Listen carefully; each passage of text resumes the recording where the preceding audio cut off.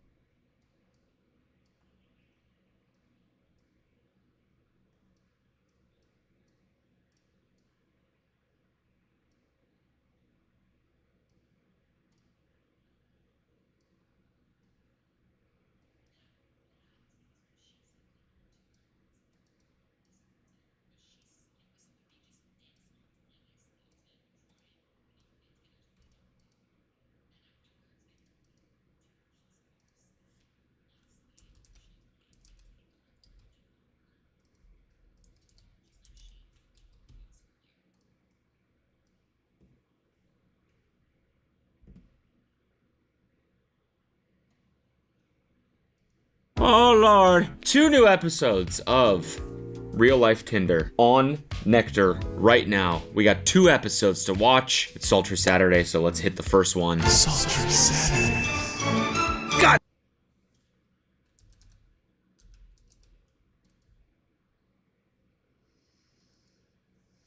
This is not the United States. Man, they went all political and crazy. I just want the fucking couples. They still get hella views though. Do all black men think the same?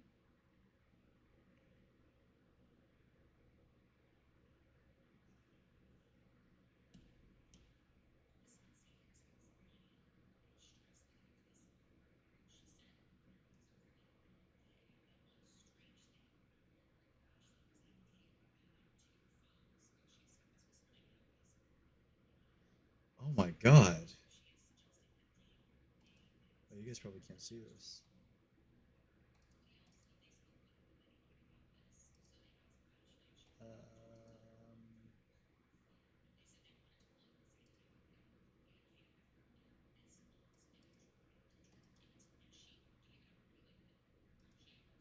There. Maybe you can't see this, but this is obese versus anorexic.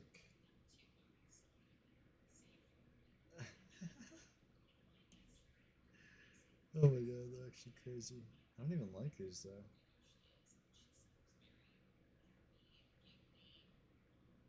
Who's drunk? Oh.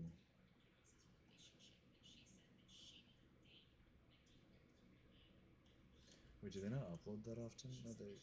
Okay, they upload like once a week. I lost people to gang life. Gang members?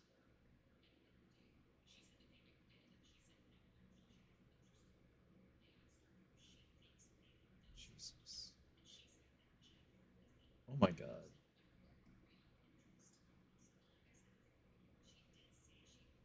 Ex cult members versus cult members?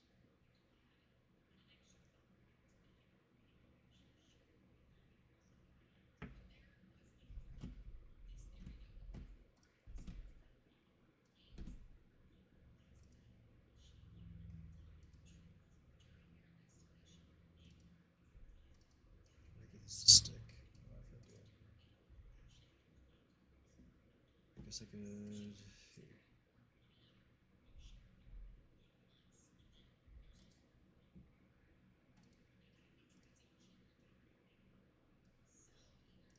How's that look?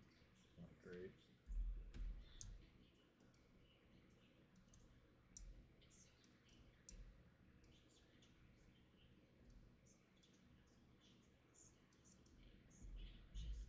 Do I reset? I think I just fucked it up.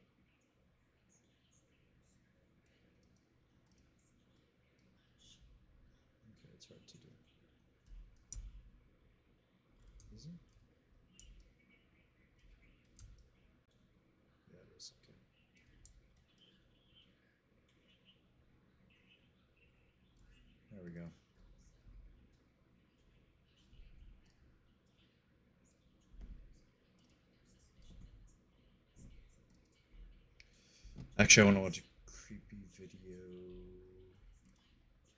Since 2017, a YouTuber named Phil has been uploading videos of his hiking trips to his channel Hike Slam, where he gives his viewers a glimpse into everything he does to prepare for a long hike, camp alone in the middle of the woods, choose the right hiking gear, and pretty much everything related to the outdoors. On the night before Thanksgiving 2021, Phil went on an overnight hike to camp on the Appalachian Trail near his house in Virginia. For the first half hour of his hike, things kick off pretty normally.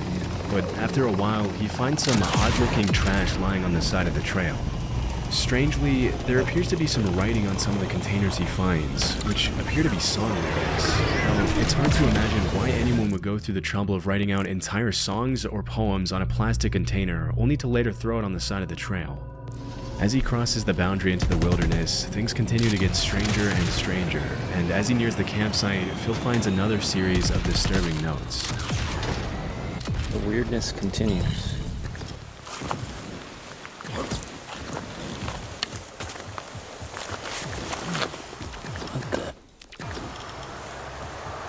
Not sure if you had a plan on how to reach the roof, but I cooked you up something on that.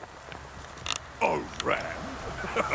And there's Well a done, kid. Where others may duck fall, we here. forge our own path. Yeah, sounds fun.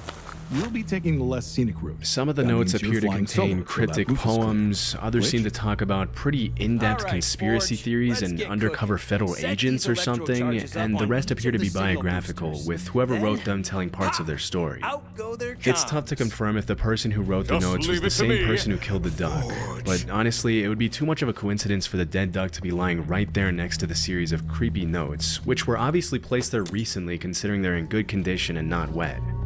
After taking in the eerie scene, Phil notices a tarp and a fire next to a campsite about 20 yards away from the notes and the dead duck.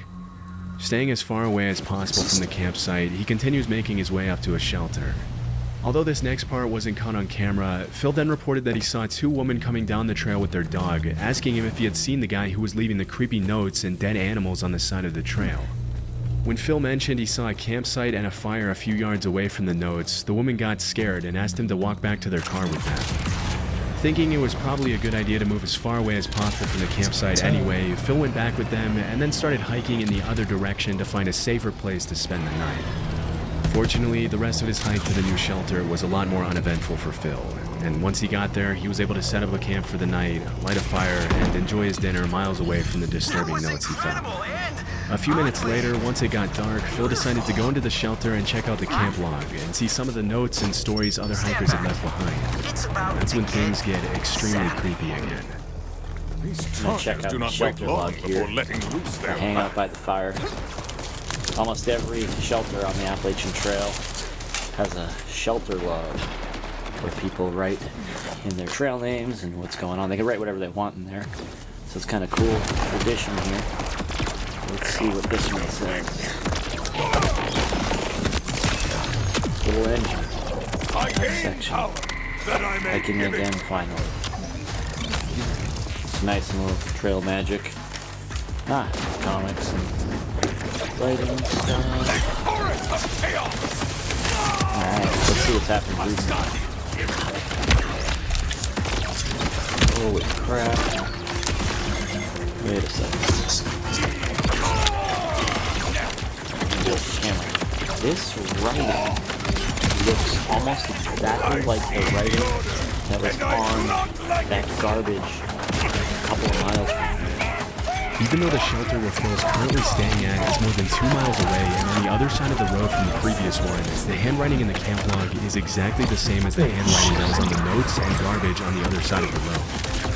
This is pretty disturbing in itself, but it gets even more so when Phil starts to actually read some of the content in the logbook. 2018, I was incarcerated at the Okaloosa County Jail. What the heck? My grenade falls back. In solitary confinement, you have to read the following note. Refer to Isaiah 28:15 through 9. This is the same A bolt from the ramblings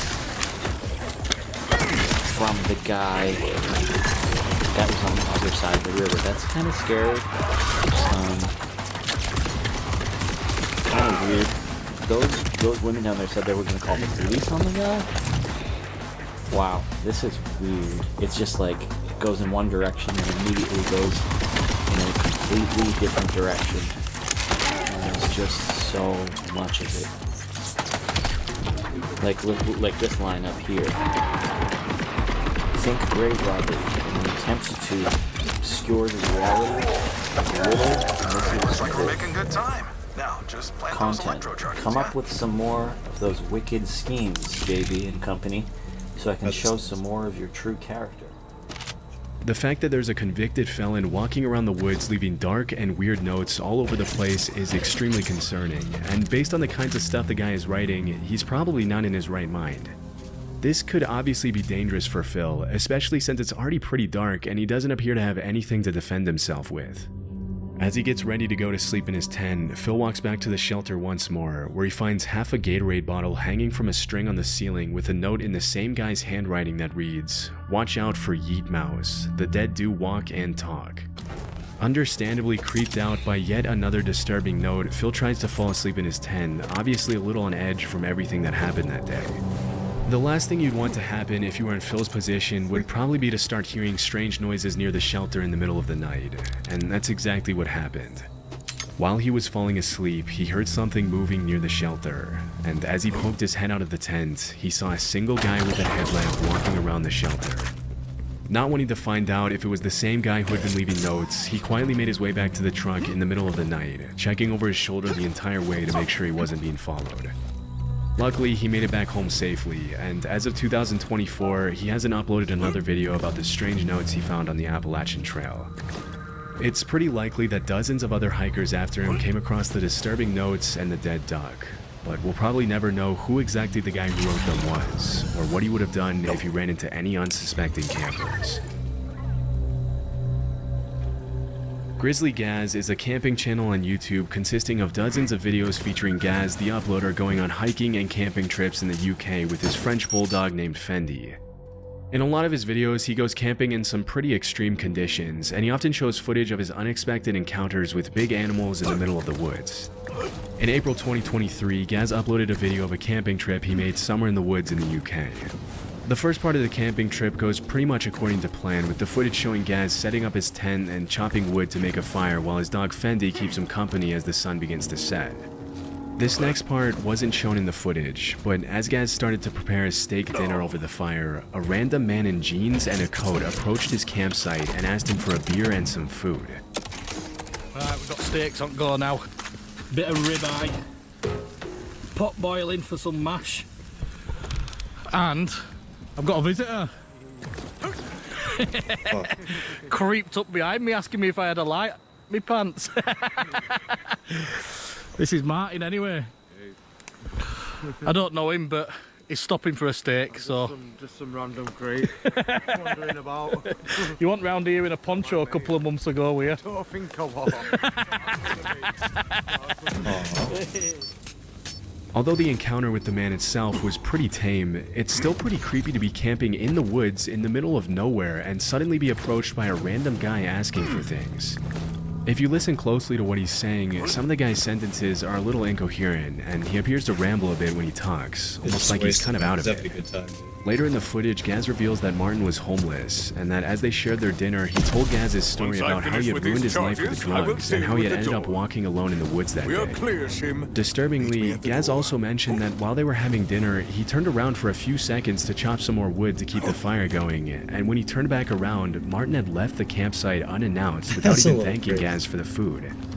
After the strange encounter, the uploader decided to leave the campsite and head home out of fear that the man would possibly tell his friends about meeting some guy camping out in the middle of the woods with expensive filming equipment lying around and suggest robbing him or possibly worse. To see if Martin would come back in the middle of the night with possibly ill intentions, Gaz actually left the trail camera on the tree at the campsite to capture everything that happened that night. Based on his behavior, it's pretty hard to gauge Martin's intentions and know whether he was just confused and possibly under the influence, or if he had something more sinister planned that evening. Either way, it's probably a good thing that Gaz left the campsite and didn't go back until the next morning, especially since, when he did go back, his trail camera that he had left was completely gone. Creepy Outdoors is a channel where the uploader frequently shows footage of his nighttime visits to sketchy outdoor locations during all 4 seasons. In October 2022, Creepy Outdoors uploaded a video of a camping trip he took to an unnamed forest in the middle of nowhere, recording everything he saw as he explored some of the surrounding woods in the darkness. For the first few minutes, all you can hear is the guy's breathing, and you can't help but be kind of amazed at how brave it is to visit a dark forest in the middle of nowhere all alone, not knowing if you're going to run into potentially hostile animals or something else. As the video progresses, the uploader makes a few comments and observations on his surroundings, and throughout the footage there doesn't appear to be anyone else in the forest with him. Around 13 minutes in though, an extremely disturbing sound takes the footage. It's showtime, newbie. The order secure.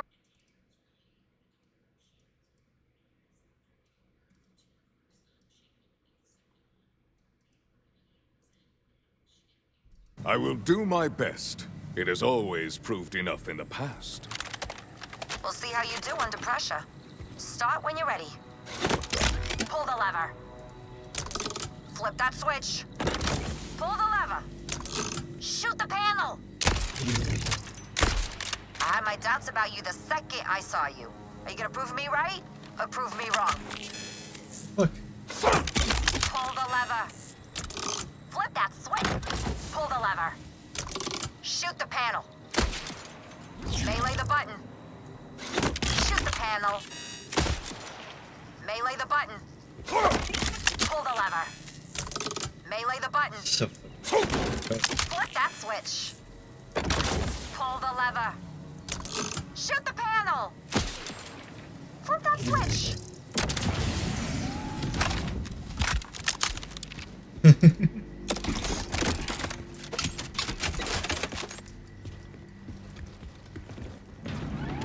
And we are in like mom jeans.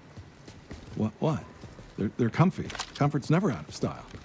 All right, that now let's classic? regroup and go over next steps. This is where things get interesting. Dude, was I just a kid? Security intruder. Regional alarm. Deploying reserve security.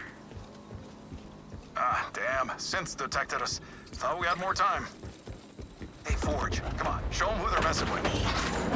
I will see it done. What will you do? Just keep them off us while we set up, yeah?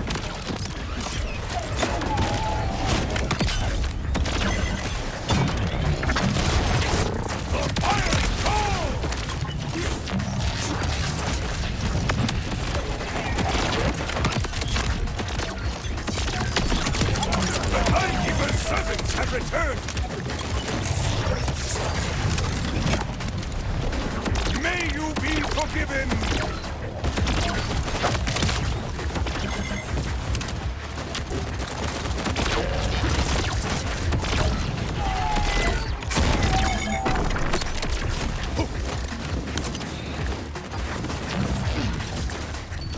Try it this time.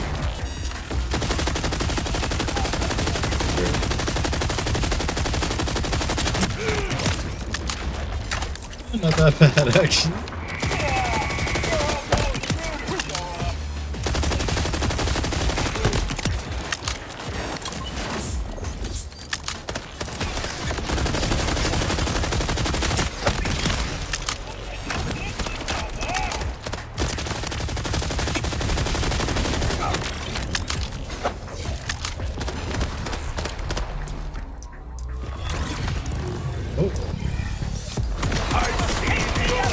And I do not like it!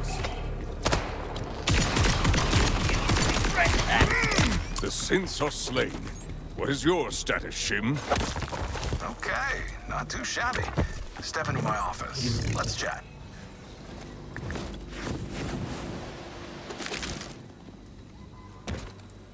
A second diorama. Most impressive. Look, I was an art major. Why do you think I had to turn to a life of crime? All right, now, look, pay attention. We're here.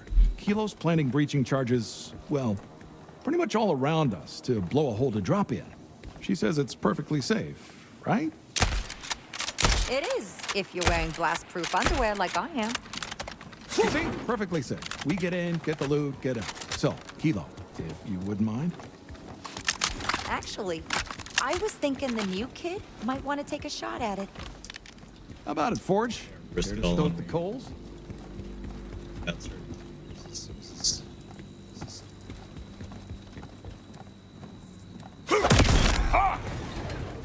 Fire in the hole, I guess. Yeah, you sure know how to make an entrance, huh? Well, please, after you. Now, if my intel is correct, there should be a master console.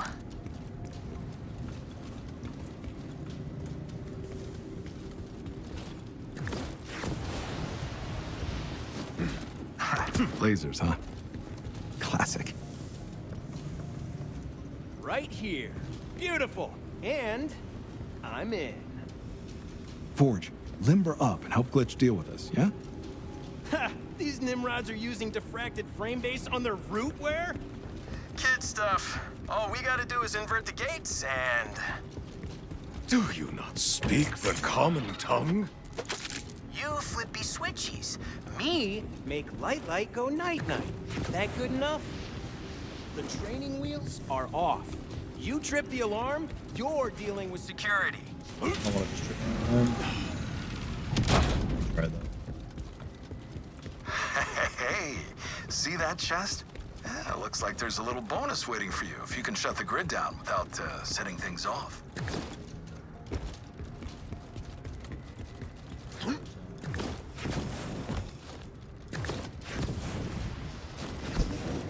Holy shit. Actually, how do I get in there?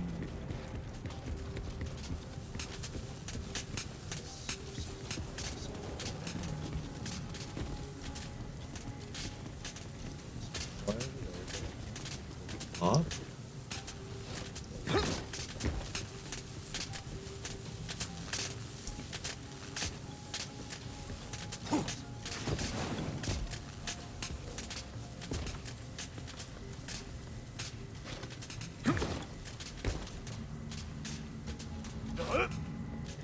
What the hell? Fuck. Shit. If I die, I'm haunting you.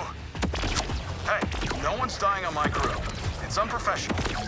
Now I gotta intercept the alarm signal and make sure the order doesn't come sniffing around.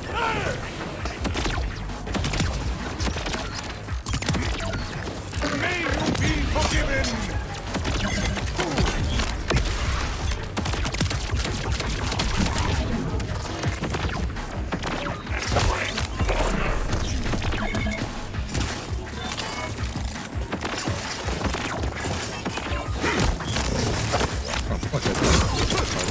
Your technology can save you. It lacks heart.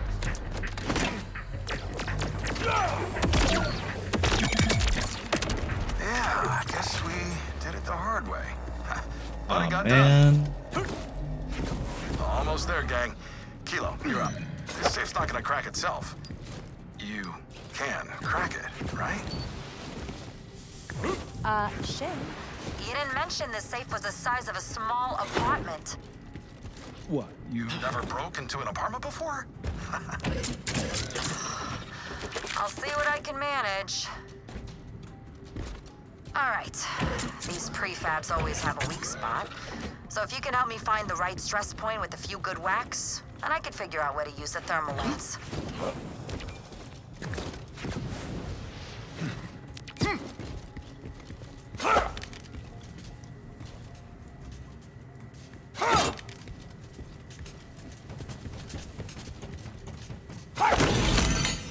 There it is. Nice going.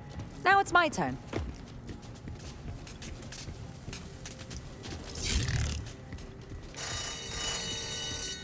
Fire detected. Deploying anti-fire starter firing squad. You've got to be joking. Fire safety is no joke. Safe's nearly ready, but how are we gonna get out of here with the take? Forge. You kill and keep killing while I figure out our exit plan. I will kill only as much as is needed, which tends to be a great deal. An order, soldier!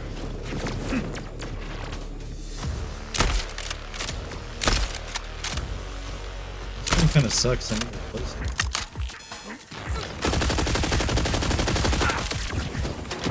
Submit to the squall!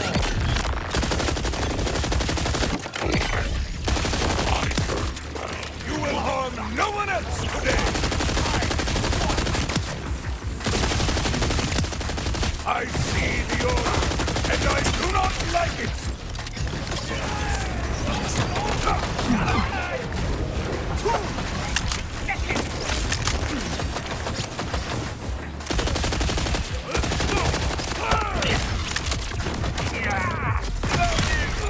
Think I'm a threat? Don't push me!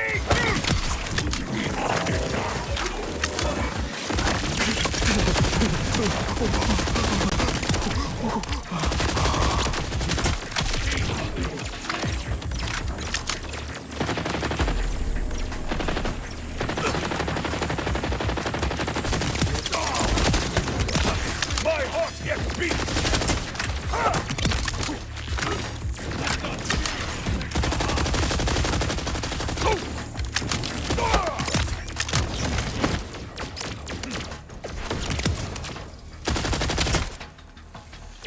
Shit. Kilo, how many charges you got left? None. Yeah, that's on me. Should have said to bring more. All right, next time.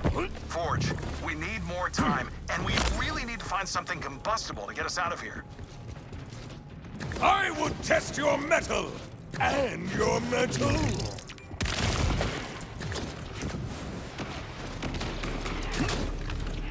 Ooh.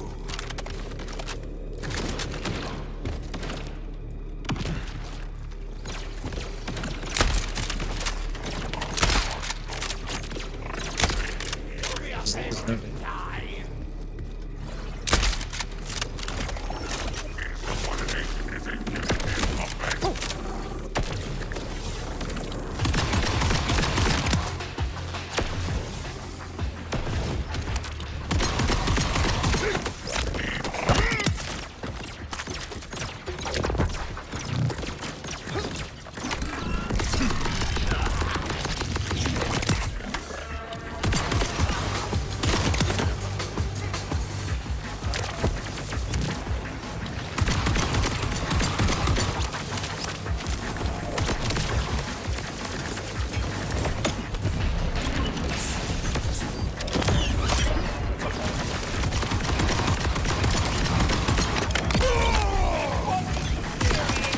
The drone has dropped a rocket. Might that be of use? Yes, that's perfect. Get us more of those.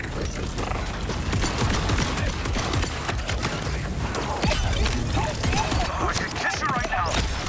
Except, you know, technically I'm your boss. And also, you're not really my type. I mean, could I maybe see something casual in the future? I mean, yeah, sure. Under different circumstances. Now, look, focus. Rockets. Good. Here's the plan. We strap rockets to the safe and fly it out. He's crazy. Crazy like a mangler. A mangler with rabies. Explosions and flying and getting rich? My three favorite things. I'm game. Good Sam.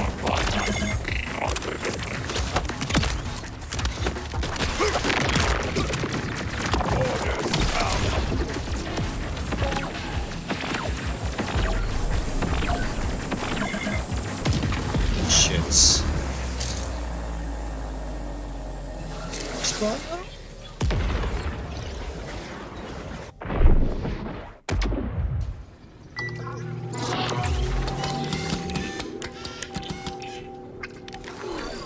The Timekeeper's servants have returned!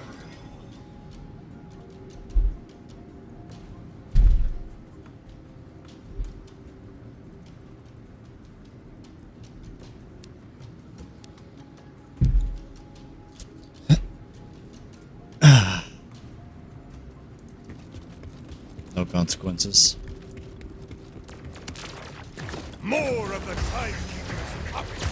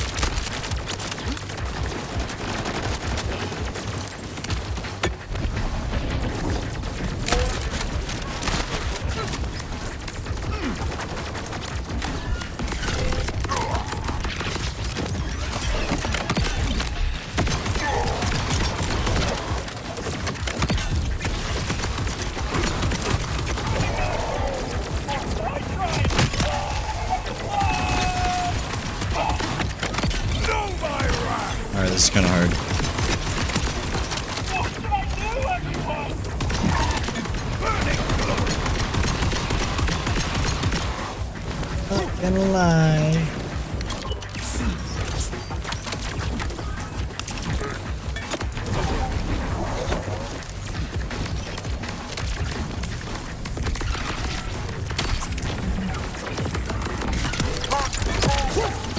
The flame within still burns!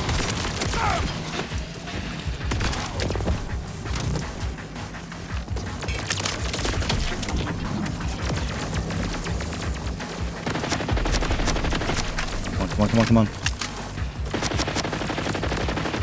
Shit!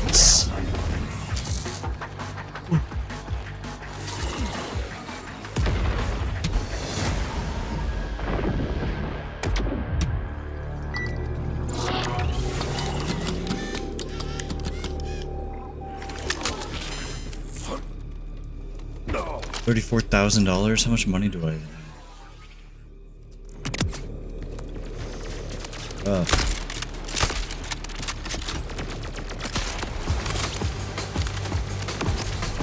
Better gun.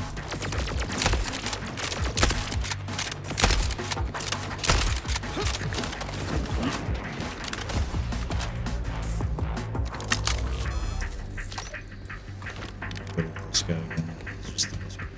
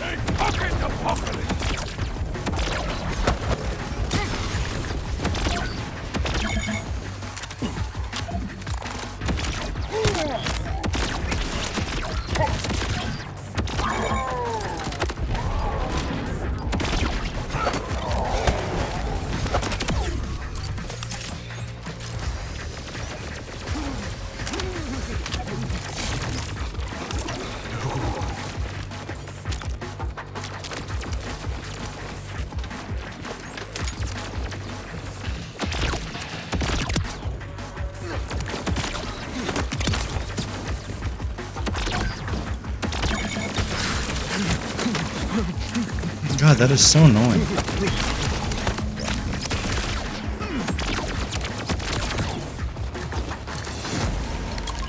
I knew that would be a problem. Why do they have to... Why can't that be two separate buttons?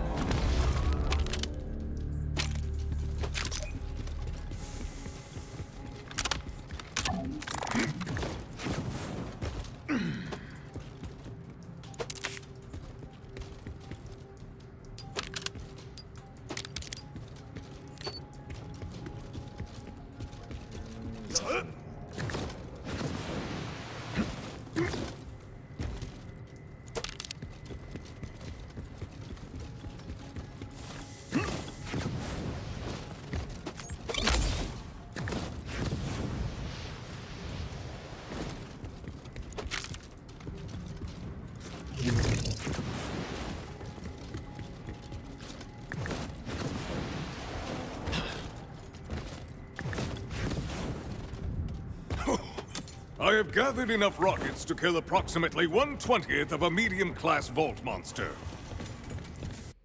Footage in a pretty dark direction. Justin, get here quick and strap him on.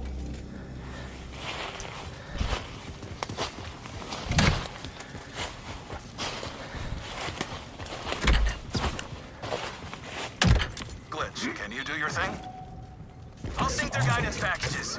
Oh, hi. Clear for launch. Let me know when you're ready, Forge. What? I need to get out of here. Oh, boy. Ready. Oh. 3, 2, 1. Okay. Blast off! That was creepy. I need to get out of here. In the distance, probably a couple of 100 feet away from the uploader, a voice yells, "I see you." It's possible that the disturbing sound was made by a coyote or a fox, but because it sounded Okay, so much like I See You, it could have also been another camper trying to mess with the uploader and scare him. Because the YouTuber had been talking and making noise almost the whole time, he might have inadvertently alerted someone else who may have wanted to play a prank on him just for the fun of it. Still, it's hard to imagine why anyone else would be wandering in the same secluded part of the woods as the uploader. What's most disturbing is that the person or animal or whatever it was that made the noise appeared to yell out right after the guy turned off his lamp, almost as if they were waiting for that to happen to yell out something disturbing. Luckily, the uploader was able to make it back to his campsite safely and has continued uploading outdoor footage to this day. Sam is a YouTuber from Cleveland, Ohio, who's been uploading videos of his stealth camping trips to his channel, The Northwest Wind, since 2016. Who's doing this, dude? For those of you who don't know, stealth camping just means parking your camper van pretty much anywhere without paying for parking, and people do it anywhere from residential neighborhoods to the middle of nowhere. Just because you don't In have a January place to sleep? 2024, Sam uploaded footage of his stealth camping trip to the woods in Cleveland, leaving his camper van at a local dog park a few hundred yards away. On his way into the woods, he finds a camping tent that's been shredded to pieces, which is honestly a little creepy, but he keeps going anyway. After setting up his tent in the woods, he starts cooking dinner on a camping stove. As the sun starts to set, he sees a couple of people walking by the campsite, and this is when he mentions that he's getting a bad vibe and feels like he's possibly in danger from that. Most experienced campers would probably tell you that if your gut is telling you something's wrong, you should probably call it a day and leave, but Sam decided to stick it out for the night and kept on recording. As soon as he settles down in his tent to get some sleep, things start to get very creepy. I don't know if they can see it around through the tent. I don't think so. I'm leaning right up against the light, but somebody's walking around out there very close to the tent. More of the Order are moving in!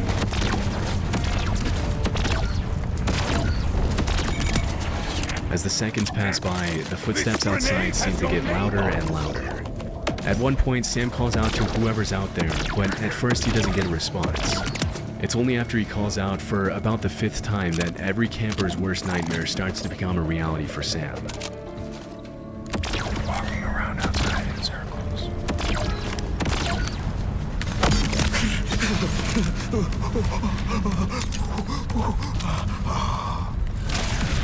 Hello? Hello? Alright, I don't like this. Hello? Hello? They're touching my tent. Hello? Hello? I'm getting out of here. Do not worry, Hello? I will remain by your side! Hello? I don't know what this is, but we're getting out of here. Hang on. Hello? This vessel endures too much! Walking away now. What do you want? What do you want? I have a knife. Where's my knife? I have a knife. Okay, here. Holy crap. Get away. What do you want? Hello? I can't see you. Hello? Alright, I'm getting out of here. We're getting out of here. One thing that a lot of people in the comments of Sam's video have pointed out is that if you're being stalked or attacked by a stranger in the middle of the woods, it's probably not a good idea to show weakness by saying things like, I can't see you, I'm spooked, and I don't like this. After this, the attackers apparently leave the campsite, but as soon as he steps out of the tent, Sam sees them standing eerily in the woods just a few feet away from him. Left my tent on me. I don't know which way they went. I think they went this way. I see you. Get away!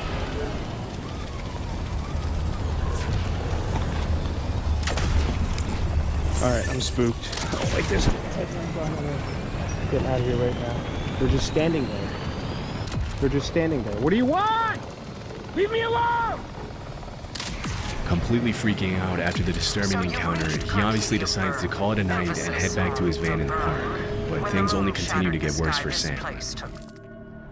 Alright, they're moving again. I don't know, I'm getting out of here. We're going. I'll come back for this some other That time. much is clear. Alright. Now, how do I locate the I'm command leaving, vault don't in all follow this me. wreckage? I don't know where to go. I don't know which way to get out of here. Until she I smell your cigarette. I can hear you. I hear you. A hapless group of As he's making his way back to the park, he looks back at the campsite and sees the Spoiler, attackers yeah? stealing his things, but he decides to leave his stuff behind, terrified for his life. As he's running through the woods now, he turns back and sees his attackers chasing him. We need Gotta lead back reinforcements. to the Repeat, we need main trail. reinforcements immediately. I don't know The Rippers where they have are. I us think pinned down and they won't let up. Even after I asked them It's all very foggy up here. I got Please. water in my Is anyone there? headlamp. I need to Fortune know where to go. I don't shines on you.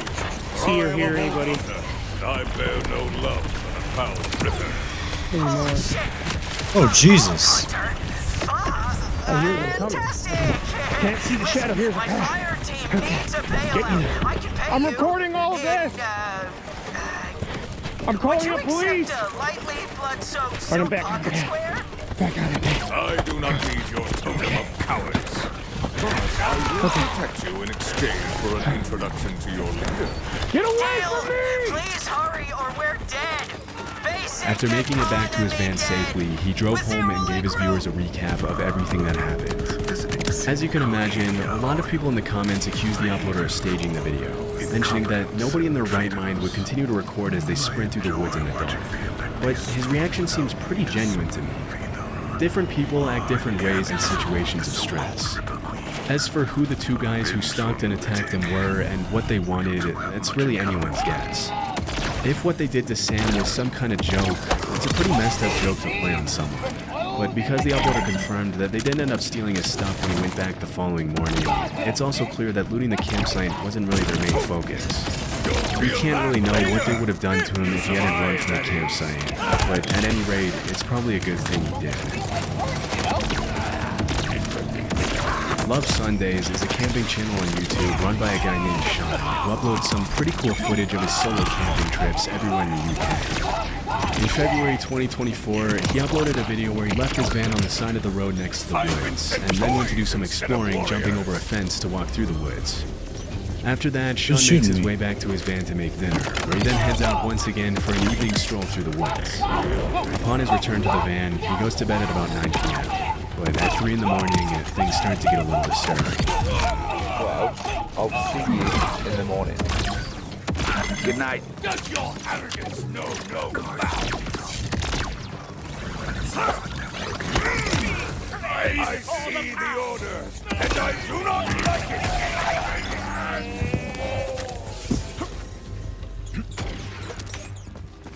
As soon as Sean pulls back the curtains, the people who were walking around the van get back in their car.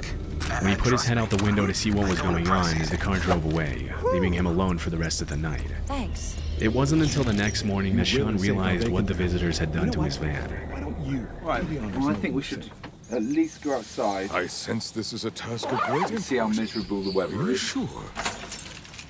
Sure. Why not?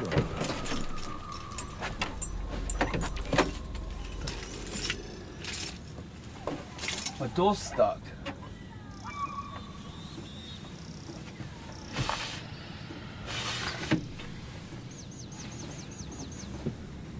What the actual... What'd they do to your door, dude? Locked you. See that?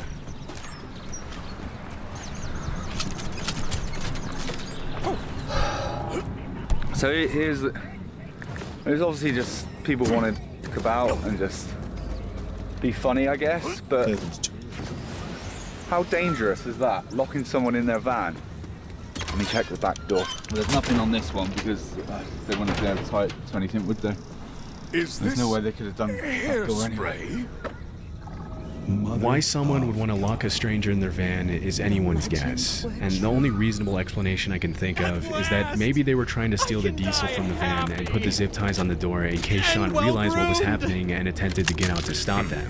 In the It could have end, also the been a goal was local just who didn't want hair anyone parking their care camping van in that area, It is but not we'll the likely mane never that know. makes the lion. A Luckily, true after he cut warrior the zip ties conditions his off, he made it back home not his unharmed and has hair. continued uploading videos of his camping adventures in the UK. You know what? Not everyone gets to have naturally amazing hair like you. The Facts by I don't expect HowToHunt.com is a you to channel dedicated to sharing knowledge But about the you did outdoors good. and I encouraging won't people to hold it explore the against you. So, wilderness. How about In January you take that big 2022, chest a of pretty boring old terrifying video was weapons uploaded instead? to the channel Okay, in now which a group get of outta here. teenagers can be Tonight, seen I'm reacting gonna to some lather, I'm gonna strange rinse, sounds and coming by from God, somewhere I'm in the gonna woods. repeat until my hair's clean enough to eat off.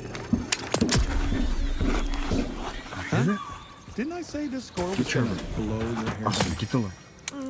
Actual I dog take shit. back everything I said about you, even the really graphic stuff behind your back. You really came through this time, Shim. Yeah, damn right I did. No more black market imitation hair care for us. Hey! We are set up for life.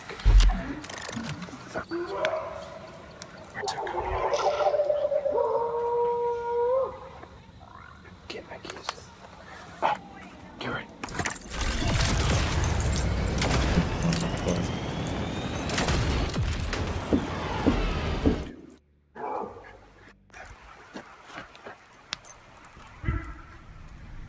Everybody, get in my truck. When you're out in the woods in the middle of the night, it can be easy to mistake certain animal noises with human screams. Foxes, coyotes, and bobcats are all known to make sounds that can sometimes be hard to tell apart from human yelling. But in this case, I don't know of any animal that can make that kind of noise, especially when you consider how loud the banging on the trees was. Elk are known to rub their antlers against trees, but it obviously doesn't sound that loud or menacing. A lot of people in the comments of the video have mentioned that the sounds aren't too different from human screams, and it could have just been a man screaming in the woods in the middle of the night, although that's also pretty messed up in itself.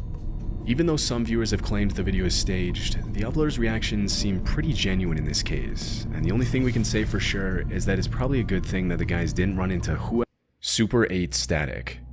Just before midnight on the 4th of September 2022, a post went up on 4chan talking about a disturbing visual the OP's friends came across on TV. It read, "While talking with my friend, they sent a video of their TV, zooming in on a face surrounded by static. They're residing in a Super 8 hotel with channels 1 through 68, yet they found an unnamed channel 73. The top right corner of the video says Plus TV, which appears to be a now defunct Finnish broadcasting service. There's no sound." DIY crystals.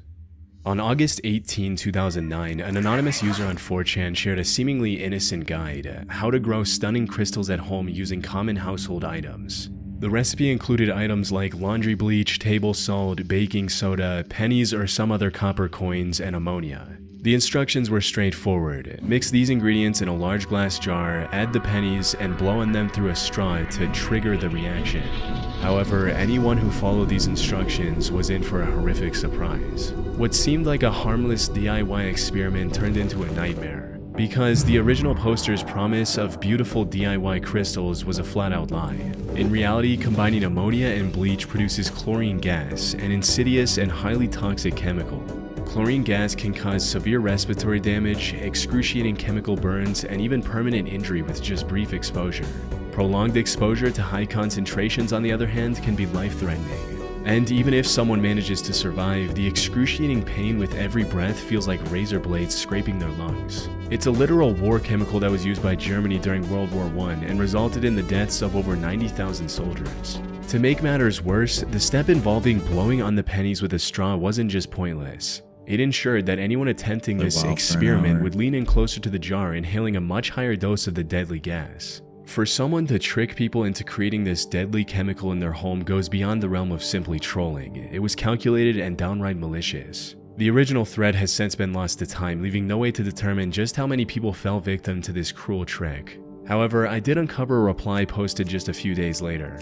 In it, someone shared their horrifying experience of attempting the experiment, where instead of creating cool-looking crystals, they nearly died after inhaling the toxic fumes and had to spend a week in a hospital bed to recover. And from what I could find, he wasn't the only victim of this inhumane prank. The original thread eventually morphed into a copypasta, spreading across the internet like wildfire. It popped up on platforms like Reddit, Tumblr, and even in Roblox servers, where it could easily reach a younger, more impressionable audience. Even if viewers figured out something might be off, multiple replies like, "Amazing, can confirm this works," and "Okay, just finished after a long, hard 25-minute blow, looks amazing OP," could easily erase any doubts and make the post seem legitimate. Tragically, that's likely what happened to an 11-year-old boy in Maryland. On the 18th of June 2015, someone made a post on the legal advice subreddit with the ominous title, "My son accidentally killed himself because of 4chan." What followed was a heartbreaking account of a tragedy that could have been avoided. It stated, "About a month ago, my 11-year-old son accidentally died when he followed instructions he saw online on a website called 4chan. Someone had posted detailed instructions on how to make what he believed to be crystals, but turned out to be poison. Is there any legal action I can take against the person who ruined my life and devastated my family? A friend recommended I ask around before paying for a lawyer. Any help would be appreciated." Sadly, due to the anonymous nature of sites like 4chan, there's no feasible way for this parent to uncover the identity of the original poster or seek justice for their son. The only silver lining here is that this deadly copy pasta has since faded into obscurity, reducing the chance of more victims falling into its trap. That's crazy, man. What does B keep in the freezer? That is actually huge. On December 5th, 2007, a user on 4chan's random board started a very innocent-looking thread with the title, "What does B keep in the freezer? Guess what's in mine?" Alongside this, the anonymous user also posted a picture of an open freezer with something black sticking out of the bottom. At first, most people saw this as nothing more than a joke and gave humorous answers like cake and Bambi's mom. Some also turned to dark humor, with one reply speculating if the OP had a body in the freezer. This guess turned out to be more true than anyone could have imagined. About 5 minutes later, the OP replied with a chilling "well done," alongside a photo of what appeared to be a severed human leg stored in the freezer. Over the next 10 minutes, the OP posted 2 more images. One revealed multiple severed limbs wrapped in a black plastic bag, and the other showed the OP's hand in front of these limbs, giving a disturbingly casual thumbs up. Shortly after, the OP vanished from the thread, leaving others to speculate about the true origin of these limbs. Some users tried to debunk the photos, with one attempting to reverse image search to prove they'd been lifted from somewhere online. However, they couldn't find any matching images anywhere on the internet, suggesting the chilling possibility that the OP had taken the photos himself. This raised an unsettling question: were the body parts in those images real? It's entirely possible the limbs were just props, likely for a horror film or a similar project. The OP might have staged the photos by placing the props in a freezer to make them resemble the aftermath of a horrific crime.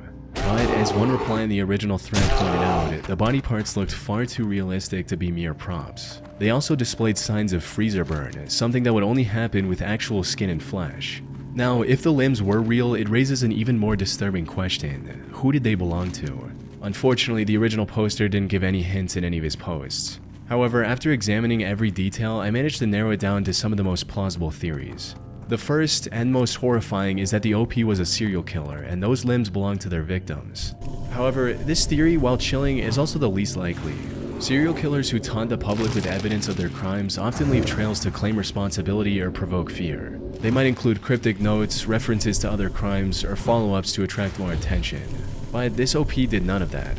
There were no cryptic messages or any further attempts to draw attention beyond the initial post. Additionally, sharing such damning evidence anonymously without any follow-up doesn't fit the profile of someone seeking notoriety or validation for their actions. The second theory is the OP stole the body parts from a morgue where he worked. However, the main issue with this theory is that the vast majority of morgues operate under strict regulations, and missing body parts are treated as a serious violation. Such an act would likely result in an investigation, making it almost impossible for the OP to smuggle out limbs unnoticed. Which leaves us with the last and most plausible option. The limbs were real and actually belonged to the OP. As absurd as it may sound, there have been several cases of people preserving their own amputated limbs after accidents or illness for sentimental reasons. Some hospitals even have procedures that allow patients to take possession of their amputated limbs. That said, these are all theories with no concrete evidence to support any of them. And with nearly 18 years having passed since the original thread appeared, it's unlikely we'll ever uncover the truth behind this disturbing mystery. Drone stalking. On the 10th of April 2020, someone started a thread on 4chan with a seemingly bizarre question. Is this dude wearing a full face mask inside? Alongside the post, they shared a photo of a couple lounging on their couch watching something on a laptop. And while the guy in the picture looked a bit creepy with his covered face, he was most likely wearing a skincare mask. But what caught everyone's attention was the odd framing of this picture, with one person asking, "Why are you taking photos inside some random dude's house?" That's when things took a turn from strange to downright disturbing. The OP responded to this question by explaining that the apartment actually belonged to the girl in the photo, who was an Instagram influencer. He also mentioned that he had been, quote, following her. In other words, the OP was admitting to being a stalker. Naturally, this raised even more questions. Another user asked how he was able to take this picture from their porch without getting spotted, and the response was quite disturbing. The OP explained that the apartment was a high-rise building and they'd been using a drone to stalk the girl from kilometers away. To further prove their story, the OP shared a screenshot of an Instagram story posted by the girl. In it, she expressed her fear and discomfort after spotting a drone hovering outside her window. The caption saying, "This drone literally came outside my window and chilled there for a while. This can't be legal, right?" However, before anyone could extract more information from the OP, he disappeared from the thread, leaving everyone wondering about his creepy behavior. Some users speculated that the entire post was fake, pointing out that the lights visible in the original image were missing from the Instagram story. However, a closer examination of the original photo reveals that the OP wasn't lying. If you examine the image carefully, you can see the drone reflected in the window, so it looks to be real. Unfortunately, that's where the trail ends. I was unable to track down the girl in the photo or the original Instagram story she shared. Hopefully, she was able to take legal action against this 4chan stalker. Oh. Sheep Killer Mystery. On the 28th of January 2021, a user on 4chan's paranormal board made a lengthy post titled Mystery Sheep Killer. OP explained that he lived on a farm in rural Denmark, surrounded by animals, mostly sheep. One early morning, around 5 a.m., he heard an unearthly scream. It was so unsettling that he struggled to describe it. A second scream followed shortly after. But living next to a forest, strange animal noises weren't uncommon. So he brushed it off and went back to sleep. And sure enough, everything seemed fairly normal the next morning. However, 2 days later, something happened that shook him to his core. While heading to his college, the OP spotted his dad dragging a sheep carcass through the backyard. Now, deaths on the OP's farm weren't unusual, but this was different, and his dad admitted he'd never seen anything like it before. The left side of the sheep's face was entirely gone, stripped clean to the bone. Whatever attacked it had devoured the entire side of its face, including its tongue. Upon closer inspection, OP found no signs of a struggle, no claw marks, no torn wool, just a few bird feathers near the carcass. Some users on 4chan speculated that it might be a fox or another predator, but the evidence didn't line up. It's highly unusual for any predator to target a prey's face so precisely while leaving the rest of the body untouched. A few people also speculated that maybe the sheep was killed by some crazy person on drugs, which would explain the almost precise cut. The claim that made the most sense, however, was that the sheep died of some natural cause and was later eaten by a bird. And while this theory explained the random feathers on the body, it failed to account for the multiple screams OP heard a few days before. Unfortunately, with no evidence to go on, the case went cold for several weeks. That was until March 30th, when OP posted another update, and things took an even darker turn. A couple of weeks later, after his first post, things got even worse for OP. One night, he heard strange noises coming from the kitchen. When he went to check, his cat was freaking out, staring out the window like it had seen something terrifying. Later that night, he heard the same blood-curdling scream again, and the next morning, his worst fear came true. Another sheep had been killed in the exact same brutal way. Sadly, he hasn't posted any updates since March of 2021. And without more evidence and clues, it's unlikely we'll ever find out what really happened. Glowing blue syringe. On December 11th, 2012, an anonymous user posted a photo of a syringe filled with glowing liquid, asking fellow users which part of his body he should inject it into. When one user asked for a timestamp to prove that this was real, the OP complied almost immediately. This demonstrated that he was willing to follow whatever instructions other users gave him. However, no one anticipated that he would actually go through with his promise. But when one user replied with wrist to his question, OP replied with a picture of him injecting the mystery fluid into a vein. And while others were still processing what they had just witnessed, the OP returned to the thread and posted pictures of his veins glowing in the same color, simply saying, "veins glowing." However, before others had a chance to question OP about what this fluorescent liquid was, he stopped posting on the thread. Now, after a closer look, most users came to the conclusion that the OP extracted this mysterious liquid from a glow stick. If this was true, it would explain his mysterious disappearance. Glow stick liquid is extremely toxic and can lead to fatal heart issues if injected into the body. In other words, the reason OP stopped replying was likely because he was either hospitalized or had already died from the consequences of his idiotic actions. And when no updates came, even months after the original thread, most users assumed the worst, that he had in fact passed away. However, this theory has two significant flaws. For starters, there's no record of anyone dying from injecting glow stick fluid into their veins. A death this unusual would likely attract at least some media attention, yet there's absolutely no coverage of such an incident anywhere. More importantly, there's plenty of evidence to suggest that the whole thing is fake. For instance, in the photo where he supposedly injected the fluid, the needle looks to be just resting on top of his wrist rather than penetrating the skin. As for the image showing his veins glowing after the injection, it's probably just photoshopped to look that way. It does look somewhat convincing at first until you notice the odd shape of the glowing veins. Wrist veins in most people don't make sharp, unnatural turns like the one shown in the image. Put simply, the OP likely created this thread purely for attention. It's highly probable that he's perfectly fine and never actually carried out the dangerous stunt he claimed. Forest grenade. There have been multiple instances of 4chan users coming across real grenades and causing disasters. Like the incident I covered in a previous video where someone actually dropped a live grenade into their toilet because 4chan users dared them to do it. And another user did a similar stunt. It all started on the 26th of June 2012 when someone posted a picture of a rust-covered grenade with the caption, "Look what I found laying in the forest today. Is it dangerous?" 4chan users of course acted like they always do and started suggesting the OP to, quote, "pull the pin already." When he asked again if this thing was dangerous, another user replied, "Nah, just pull the pin." After requesting a picture of the bottom of the grenade, one user pointed out that because the bottom wasn't drilled out, it was likely still live, as practice or unused grenades were always drilled at the bottom. But despite asking others about the potential dangers, the OP chose to ignore their warnings. Instead, he continued experimenting with the grenade, seemingly driven by curiosity to see what would happen.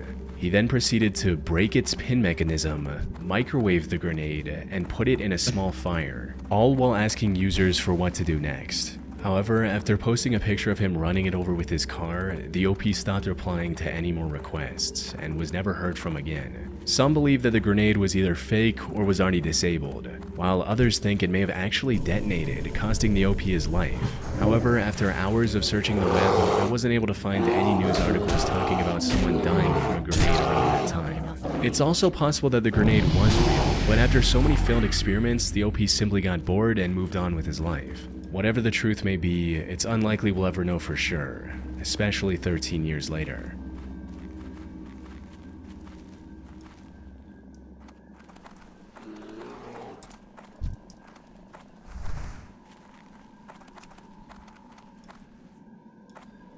Fun Time Kids Care.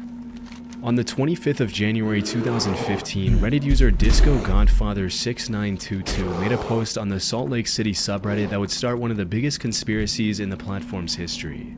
The post featured an image of a mysterious bright green building with little to no context. Its only identifying features were several signs that read Fun Time Kids Care, suggesting that the building might have once been a daycare center or at least pretending to be one. The title of the post read, "What's the deal with this place? Lived across the street from it for 5 years, never seen a kid there." At first glance, an abandoned daycare doesn't seem all that interesting, but something about this building felt off. There were details that didn't quite add up. The mismatch between the fresh-looking outside paint with old, worn-out signs, and the oddly placed windows that appeared to be boarded up from the inside. These strange elements caught people's attention, and before long the post had gone viral across the internet. Then things got even stranger. A few days later, Disco Godfather visited the building again and described what they saw in a comment.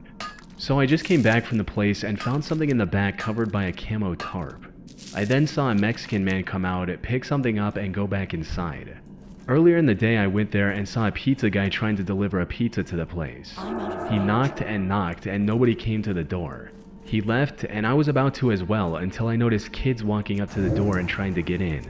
Finally, an old Mexican lady opened the door and let them in. 5 years of living here, never saw a single person go in or out. Then in one day, I see 4 people. Weird." And while some people joked about the building being the base of operations for Walter White from the popular TV show Breaking Bad, others took things more seriously. To them, this daycare looked like a money laundering front, or something far sinister like an organ harvesting operation. One person also pointed out the convenient timing of Disco Godfather seeing the 2 kids after their post went viral, stating, "Could still be a drug front, but perhaps due to the additional attention it's getting, they're bringing in some of their own kids to make the place look more convincing."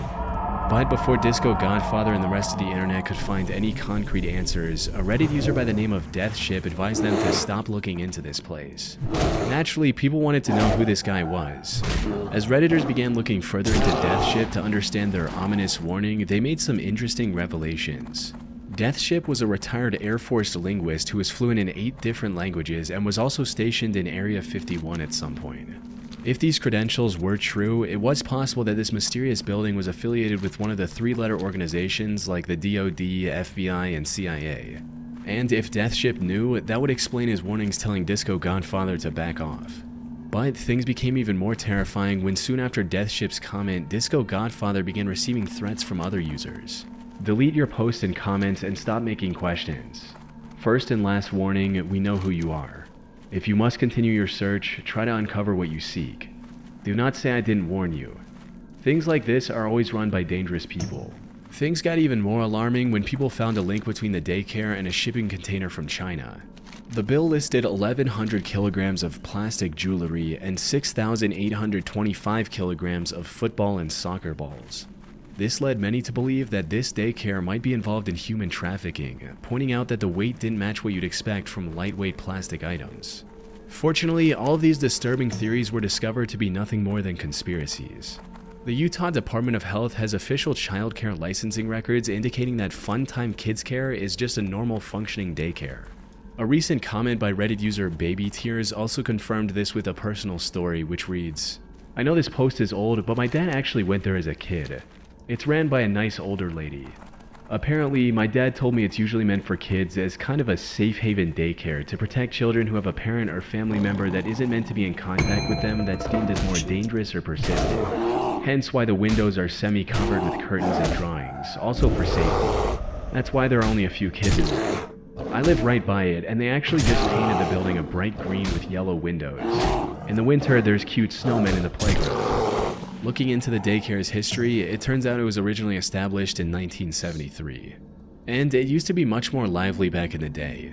However, after being purchased by a man named Richard Yoakum, after 2006 the daycare wasn't looked after properly, with multiple complaints of issues like infants being left outside without any supervision, yelling at children, and inappropriate sanitary facilities being common.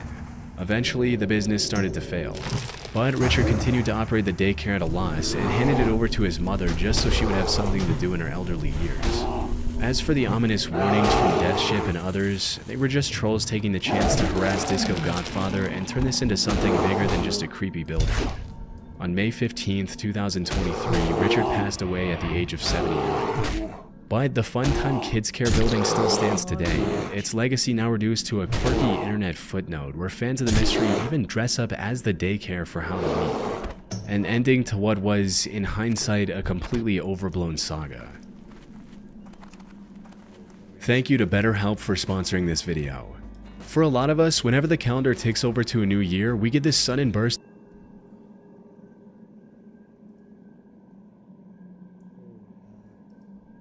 off your first month of therapy. 96.7 FM Strange Sounds. On the 7th of January 2018, Reddit user Batchian320 made a post on the Beaverton, Oregon subreddit describing a bizarre phenomenon. The post read, "Tune in to 96.7 if you are near Progress Ridge. Some weird shit is going on. Sitting in the car with friends, tuned to 96.7 and I'm hearing weird repeating sounds and sometimes random people talking or saying random things. The sounds get more bassy and less bassy with some strange frequencies interrupting other ones. Someone please explain this." And while others initially dismissed it as nothing more than 2 dominant radio stations playing over each other, they quickly changed their minds after listening to the eerie broadcast themselves.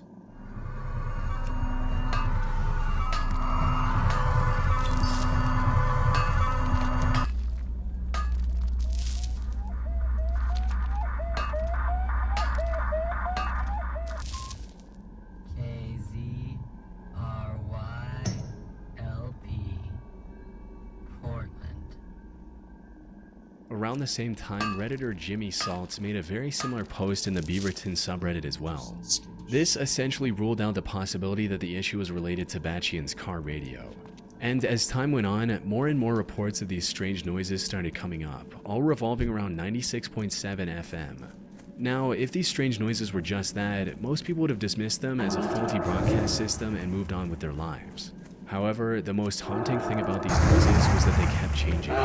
They would cycle between white noise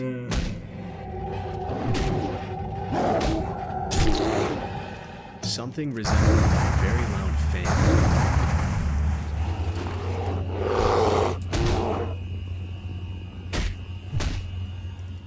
And the most terrifying old speeches from Martin Luther King Jr., John F. Kennedy, and the Apollo 11 broadcast. The 60-second mark on the Apollo 11 mission. T-minus 60 seconds and counting. We passed T-minus 60. I also found reports of these strange noises going as far back as 2017. And one post made by a now deleted Reddit account really stood out. It stated, "Did I record some kind of number station? Recorded this off of FM radio 1617 at about 6:30 p.m. The radio station is not officially listed." It went on in this pattern for several minutes before just playing some white noise type tone for hours and hours on end, no station call. The station is a defunct rock station I never heard of. The next day they played MLK speeches and something that maybe could be called ambient music, slow motion tones and whirring sounds. Nothing it's played is recognizable by Shazam. Any input is welcomed. The person who made this post also linked to a video they recorded, and sure enough, the noises match the ones batched in 320 heard a year later. See you soon.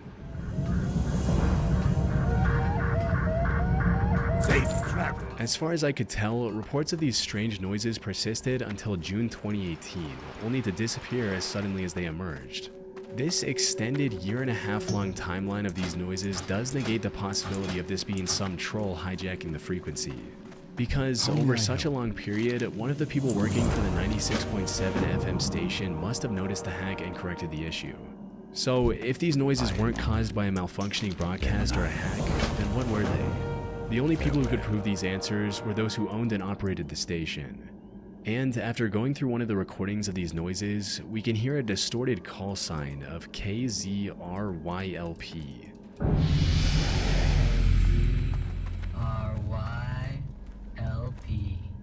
Looking up this call sign in FCC's public notice from August of 2018 reveals that this station is licensed to the Community Alliance of Tenants, which is a non-profit aimed at helping tenants know their rights. However, this revelation introduced more questions than it answered. What does a non-profit focused on tenant advocacy have to do with eerie, unexplained noises on the radio? Reaching out to the Community Alliance of Tenants was met with an outright denial of having any knowledge of interference with their station. This leaves only one possibility on the table, that these noises were deliberately broadcast by the Community Alliance of Tenants. As for why they would do this, the answer is simple: for attention. Think of it this way: you're driving down the highway and you want to see what's on the radio. You shuffle through the radio stations to find something you like, when all of a sudden you hear a creepy noise. Wouldn't you be curious to check out the station at a later time to see what was going on? As the explanation goes, they were likely broadcasting these noises on off hours to build curiosity around their station, which otherwise covered boring talks about tenant rights. People were mentioning this possibility all the way back in 2018 when these noises first became popular. And while the Community Alliance of Tenants hasn't come forward with a confession, people on the internet are 100% convinced that they deliberately created this hoax for attention. However, 96.7 FM has since been replaced by a rap station. The Evil Farming Game.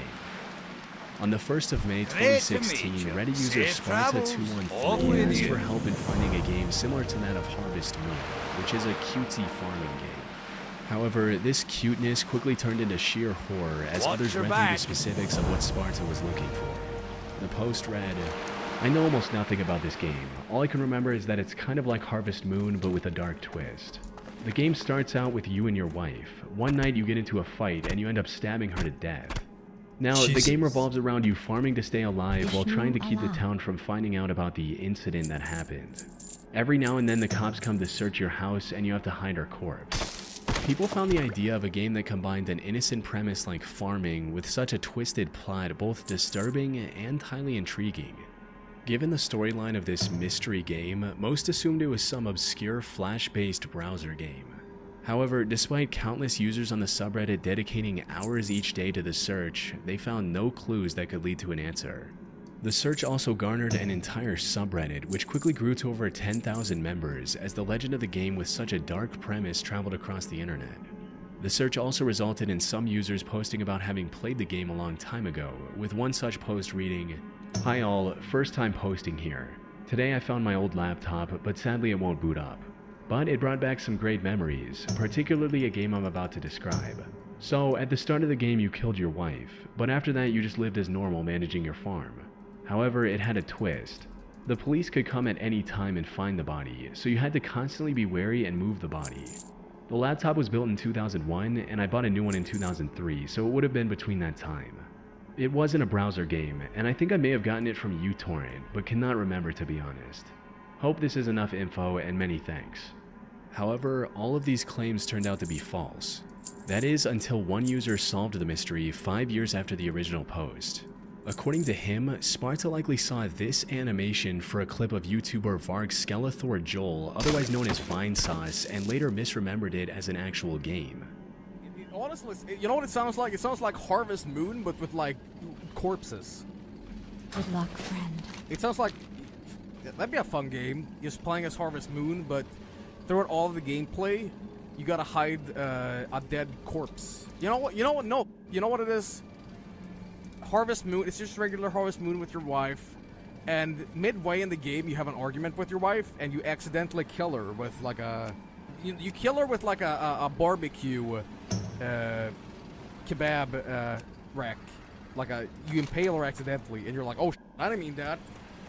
And at the same time as you gotta like manage your farm, you know, raise your chickens and milk the cows, you also gotta like hide the body from the cops sometimes, from health security checks, and yeah.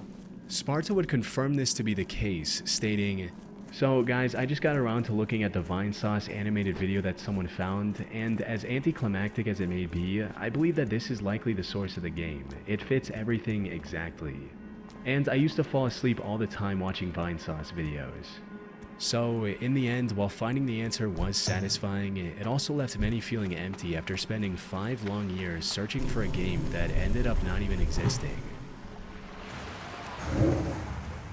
Kanye Quest 3030. On July 22nd, 2013, a game called Kanye Quest 3030 released online, sparking a mystery that would hold the internet for a decade. It was a very odd Pokemon-like role-playing game in which the player character, popular musician Kanye West, falls through a mysterious portal and finds himself in the year 3030. In this future, the United States is ruled by a clone of rapper Lil B, claiming himself to be a god. The world is also filled with clones of other famous rappers like Tupac, Jay-Z, and Eminem. Your goal as the player is to put together a party of rappers, defeat Lil B, and save America. It was an extremely strange concept, but one that made it stand out among the sea of other indie games from that era. It got popular enough to catch the attention of Video Game Donkey, one of the most respected video game reviewers on YouTube.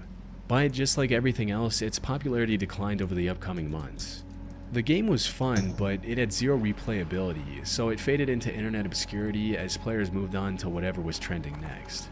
However, what no one knew was that beneath its hip-hop inspired surface, the game was hiding a dark, unsettling secret. On January 28, 2015, an anonymous user made a post on Pastebin detailing the shocking discovery they had made while playing the game. The post was titled, "Kanye Quest, a front for essentialism." At one point in the game, an NPC asked the player, quote, "What do you want to do?" with a 6-letter blank space prompt to type your response. For fun, the user decided to type in "ascend." Doing this completely changed the scene and revealed a previously unknown section of the game, with the player character turning into a white butterfly. Immediately after entering this new area, a text box appeared with a creepy message reading, "Congratulations, you have proven yourself to be an open-minded and curious thinker. We must apologize for deceiving you, but we can reveal that the game you are playing up until this point was a front constructed to protect what you are currently accessing. We must ask that you do not reveal this area to the public. If you believe that you may be prone to revealing information or do not wish to participate, please close this program immediately by pressing Alt F4 or selecting the No option when it appears. By selecting the Yes option, you agree to participate and not reveal information. Would you like to participate?"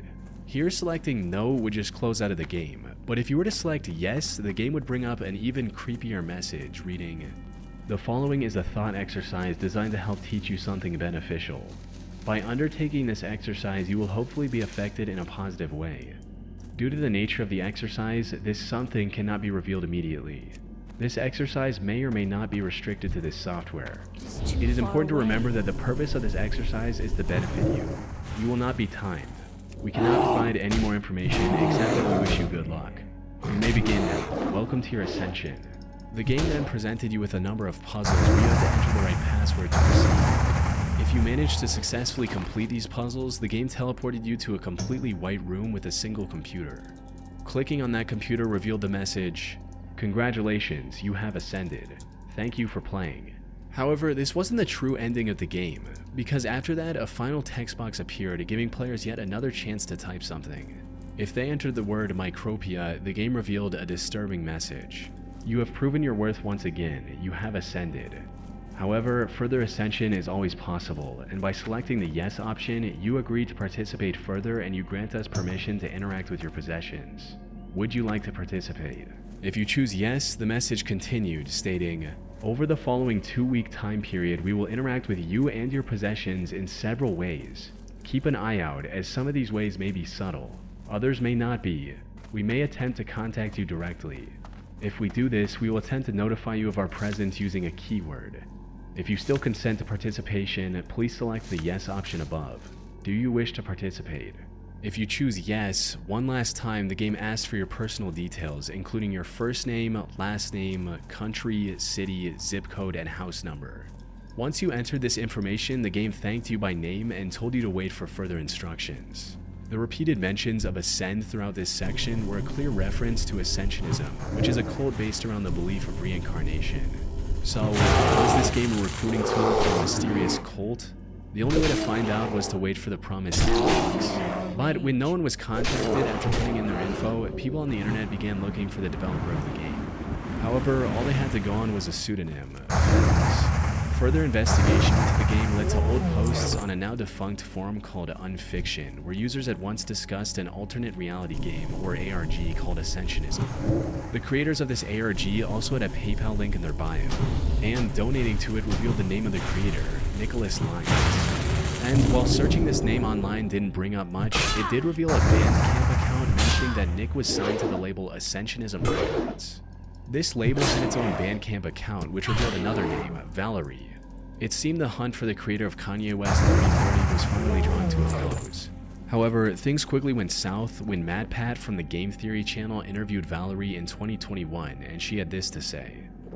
So, Kanye Quest. It's not actually related to me. For a long time, I wanted to make music for games. Because of this, I spent hours and hours finding and talking to folks in random game developer group chats on Skype, Discord, TeamSpeak, etc. I would say sometimes, hey, feel free to use my work or even just my ideas in your stuff for free. Just make sure you credit me. And with Kanye Quest, I don't really know. I don't know who developed it. I don't know why. I guess they just liked my work and wanted to incorporate it somehow while challenging themselves to implement some weird mechanics into their game.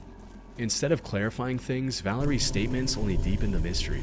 Maybe the game was actually developed by a cult after all. But just over a year after Valerie's interview, the truth was finally revealed in a web series called Finding Yeezus.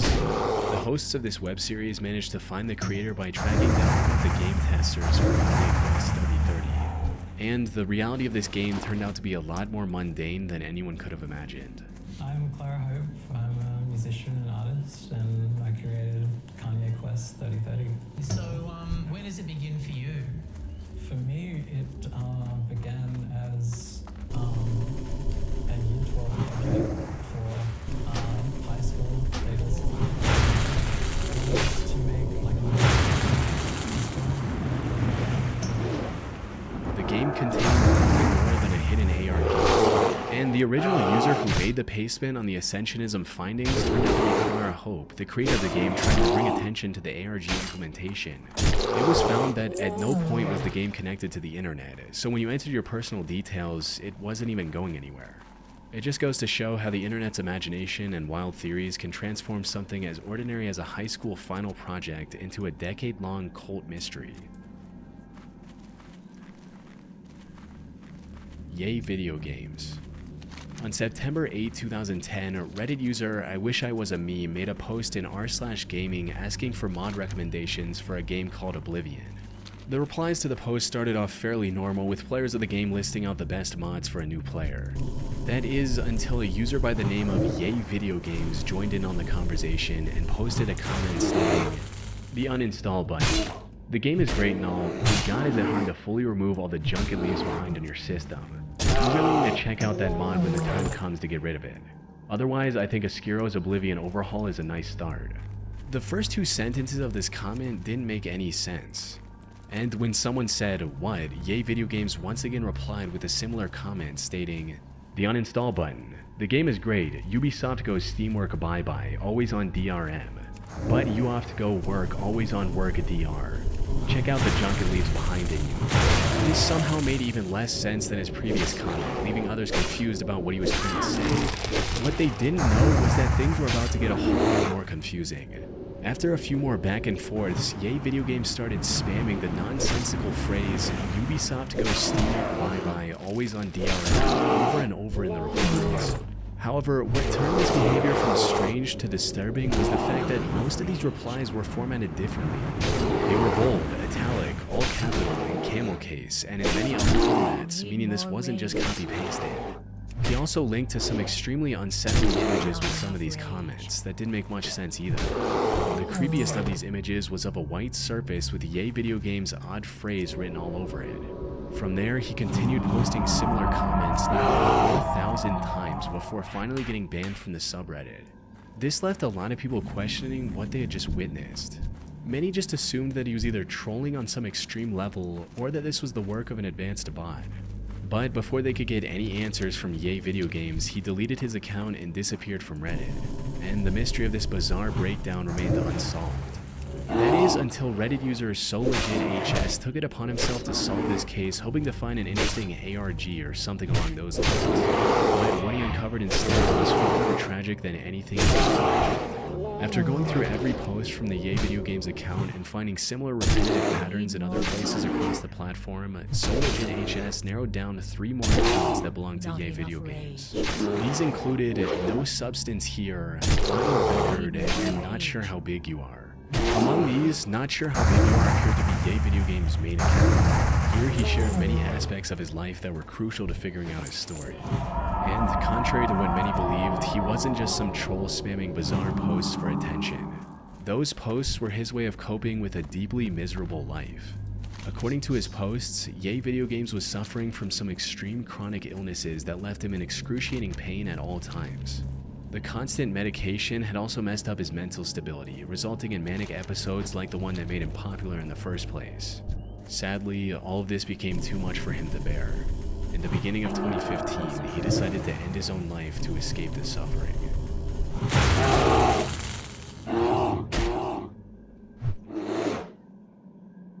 And they said they didn't notice anything strange around the neighborhood or near my house. I also don't have any cameras. People on Reddit. On May 8th, 2025, a Reddit user asked a grim yet straightforward question on r/askreddit, stating, "What is the most messed up thing you have ever done?"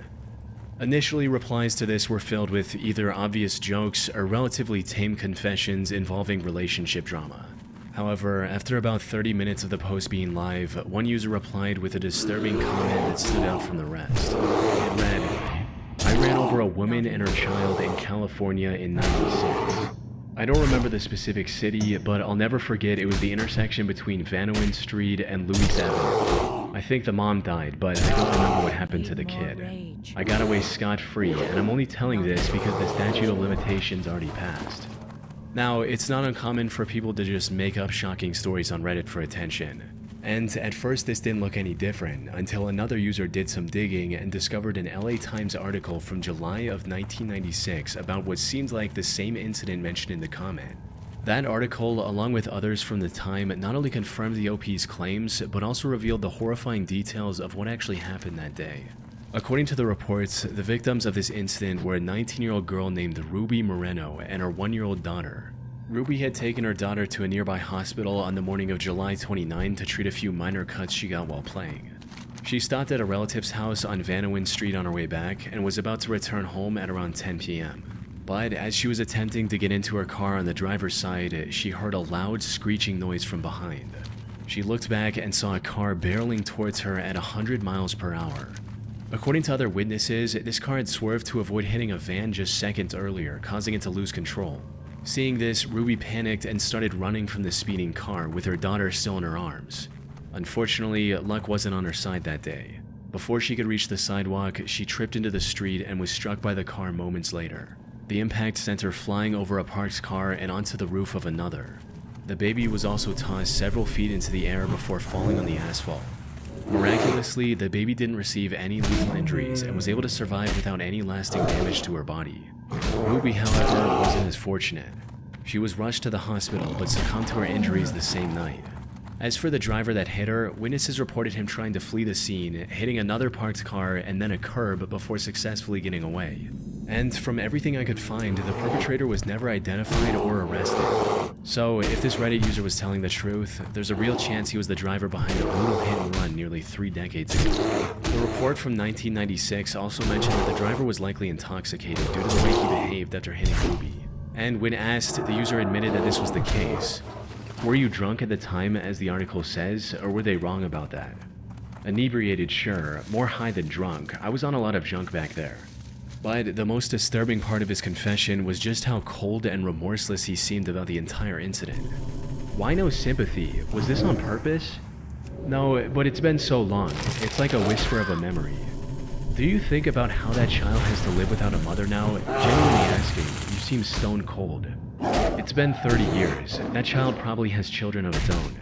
I seem stone cold because I've already been through all the stages of emotions. I've justified myself, I rotted with guilt, I've had sleepless nights. I'm an old man now and I'm waiting to die any moment.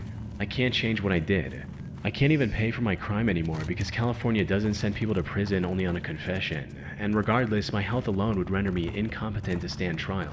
There's nothing tying me back to that day but my word.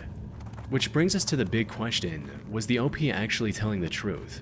Unfortunately, the answer to this is a bit more complicated than it initially seems.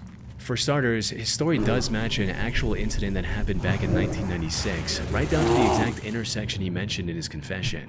He also added several details that didn't seem made up, and even gave a reason for why he was finally willing to confess now, because the statute of limitations had long expired. That said, there also seems to be some potential inconsistencies. Some reports claim the driver was with another passenger, and that they actually fled on foot. However, the OP not only didn't mention any passenger, but also claimed that he still had the car.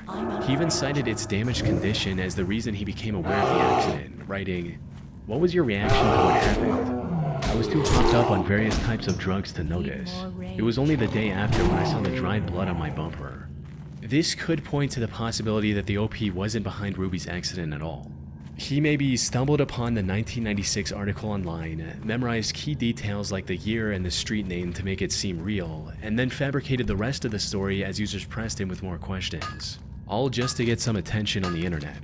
But at the end of the day, we don't know. Although if he was telling the truth, several users have already alerted California authorities of his comments. In May of 2012, a Reddit user asked others to share a secret which, if came out, could ruin their lives. And while this post received over 44,000 comments in total, one chilling confession stood out above the rest. About 9 hours after the original post went up, a user replied with a haunting story of his own, reading, "I accidentally killed 7 people. I put a rag into a new water heater exhaust to keep debris out and installed it in a rental. I get a call a week later. There's been an accident. I show up, and there's a ton of EMS and police. They ask me where the gas shutoff is, and I go down to shut the gas off, and see the end of the rag I forgot sticking out of the top of the heater. Rip the rag out, shut the gas off, and headed upstairs, only to be told all the tenants were dead. I drink all day now and sleep. It's killing me from the inside every single day, but if I say anything, my family is ruined. We have a bunch of rental properties, and we'd be shut down." This reply caught the attention of thousands of other users who wanted more details on what exactly happened.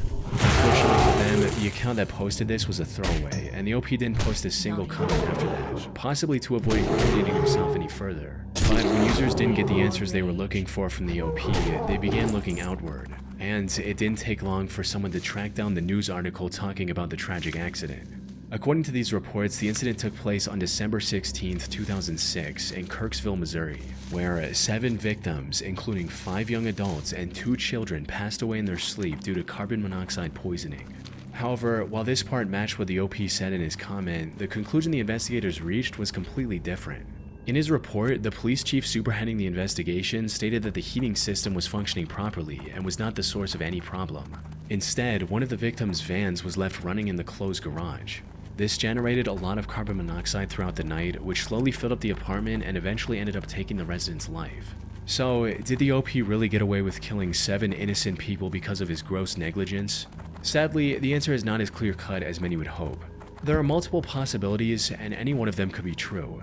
For instance, if we assume that OP was telling the truth from his perspective, it's completely possible that the accident did have nothing to do with the heating system. But since the OP saw the rag stuck in the heater, he assumed it was his fault and has been blaming himself ever since. On the other hand, there's also a chance that everything unfolded exactly as the investigation concluded.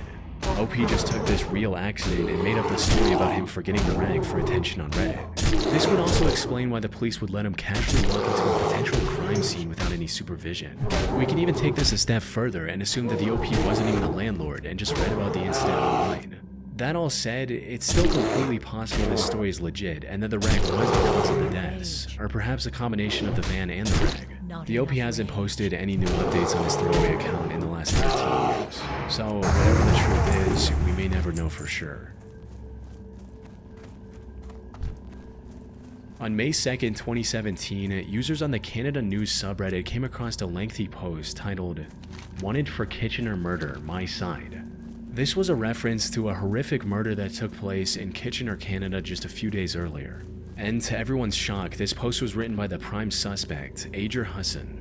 He was still on the run, but wanted to tell the internet what exactly happened on the night of the incident.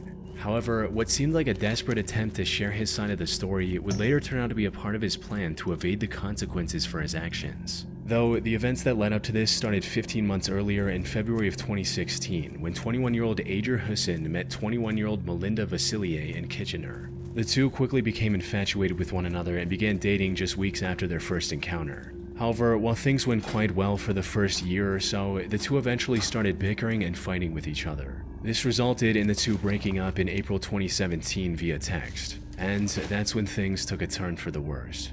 Not long after their breakup, Ager attempted to break into Melinda's home through her patio, but was spotted by her friend Anna and her boyfriend.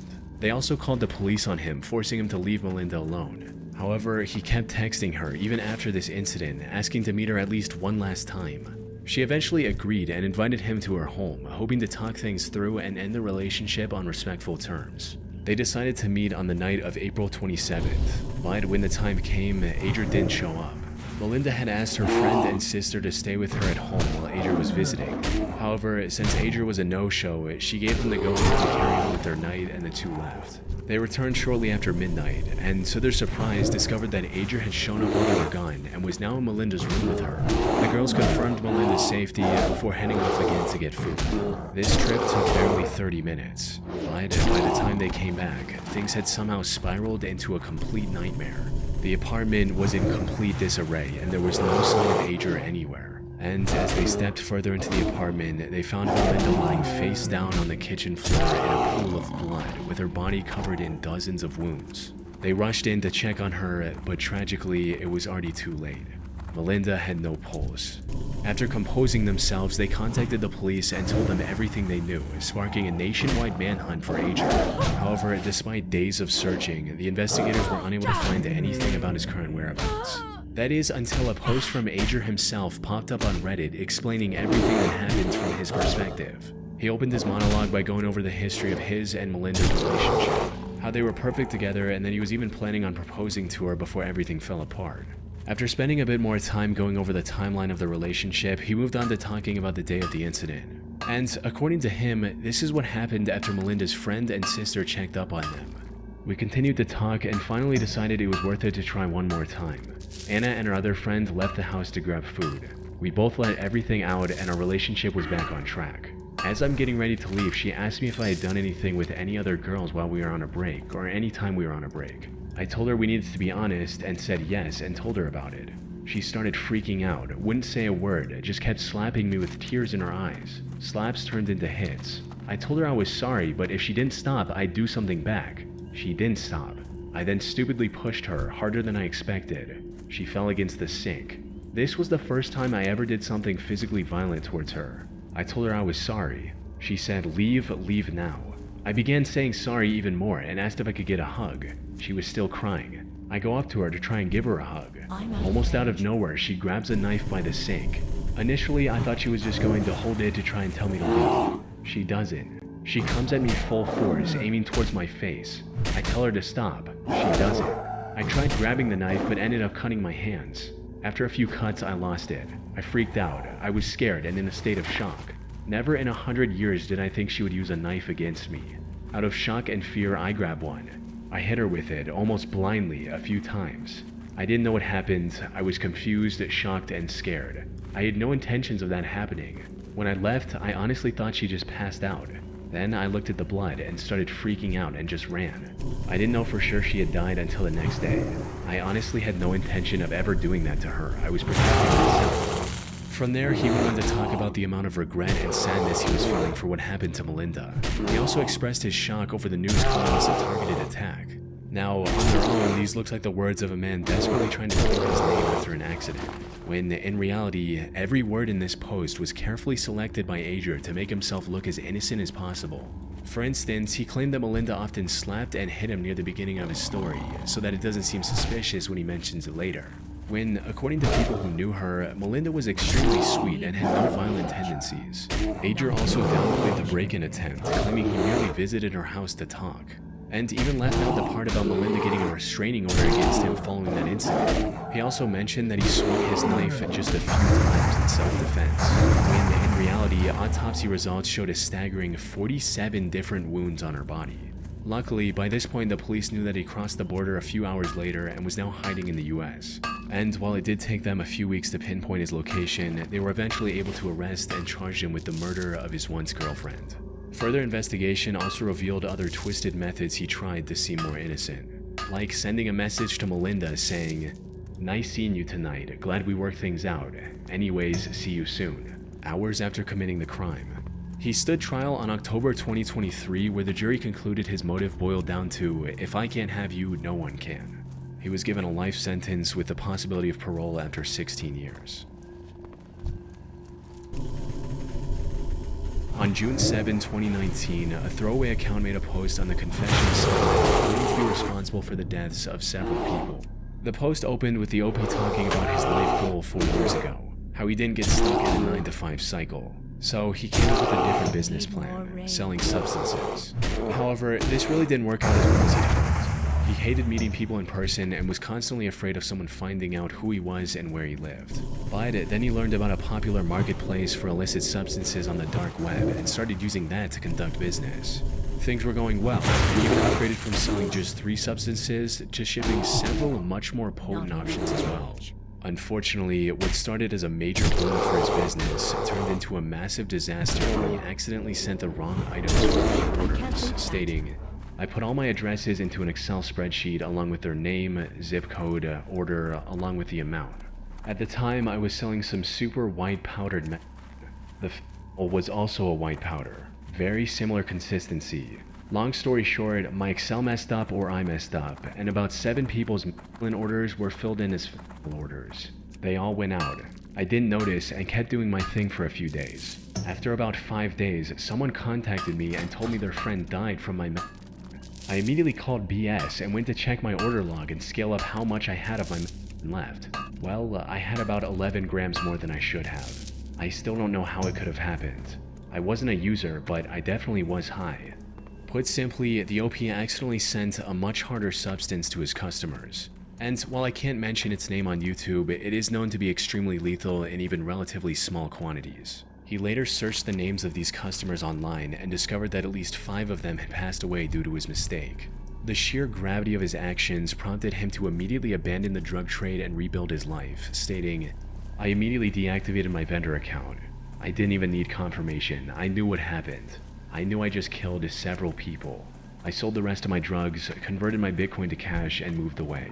Didn't speak to anyone for weeks. Found a job in a restaurant, living in a city I always wanted to.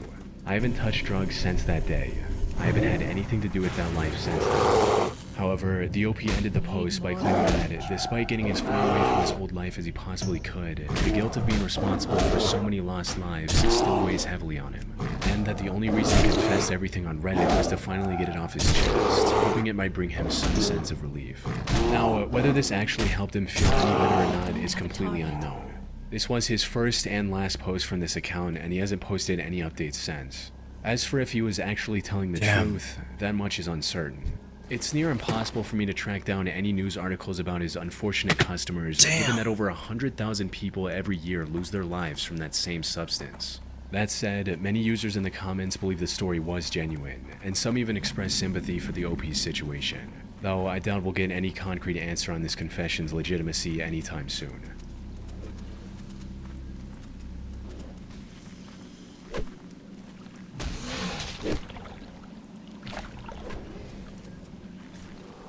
Too far away.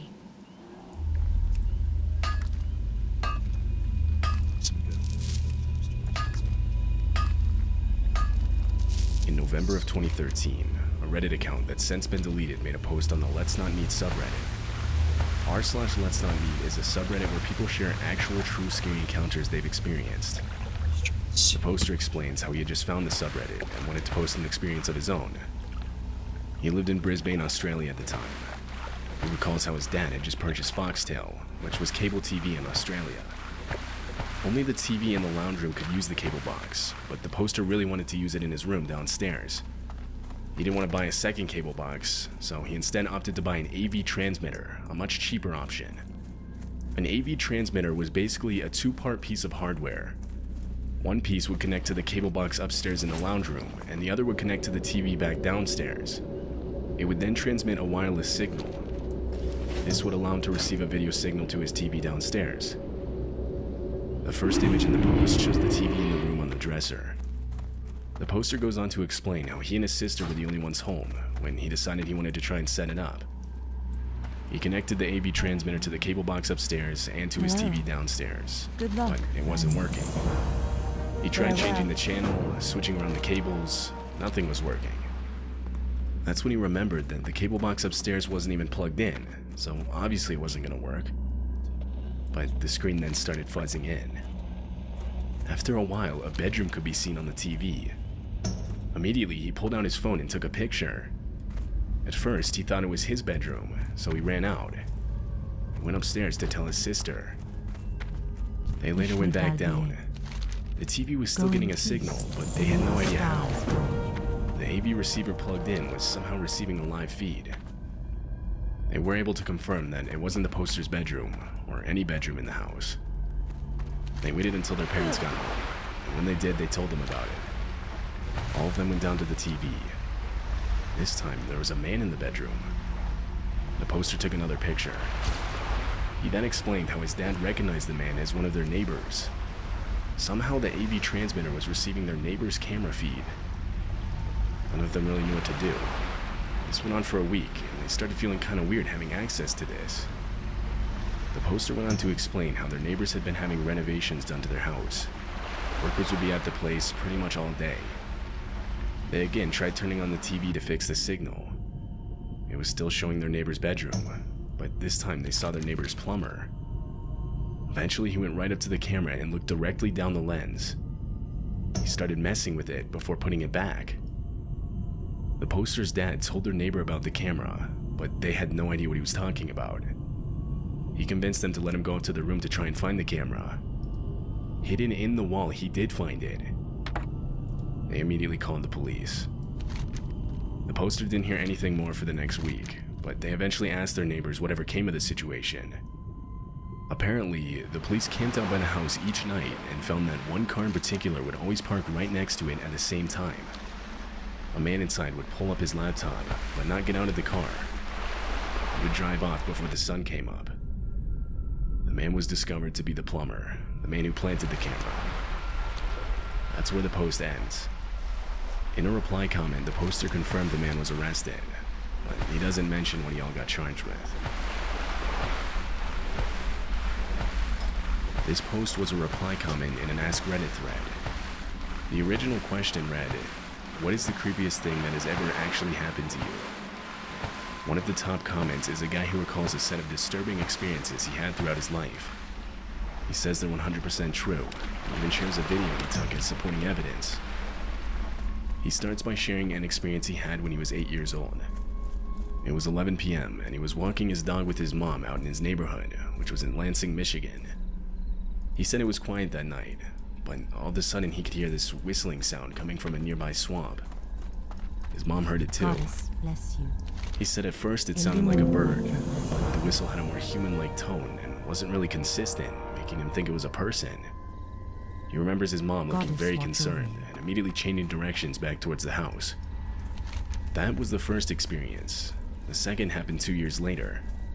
He was again taking his dog for a walk out late at night, but this time alone. He heard the whistling again, and immediately remembered how he felt the first time he heard it 2 years ago. He sprinted back to the house. Nothing would happen for years after that. He was now 24 and had moved away from Michigan to South Dakota. For the 4th of July, he and his girlfriend decided to sit along the bank of the Missouri River, a somewhat popular spot to watch fireworks from a distance. Most of the other people had moved up to get a better view, leaving them pretty much alone. That's when he once again heard whistling, reminding him of the 2 experiences he had years ago now when he was a kid. This time, he pulled out his phone and started recording. It picked up the whistling. He attached the recording to his reply comment.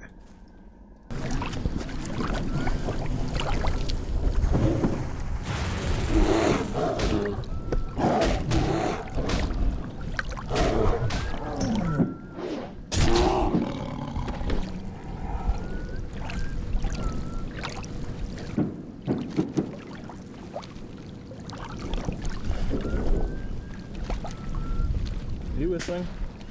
Is it you?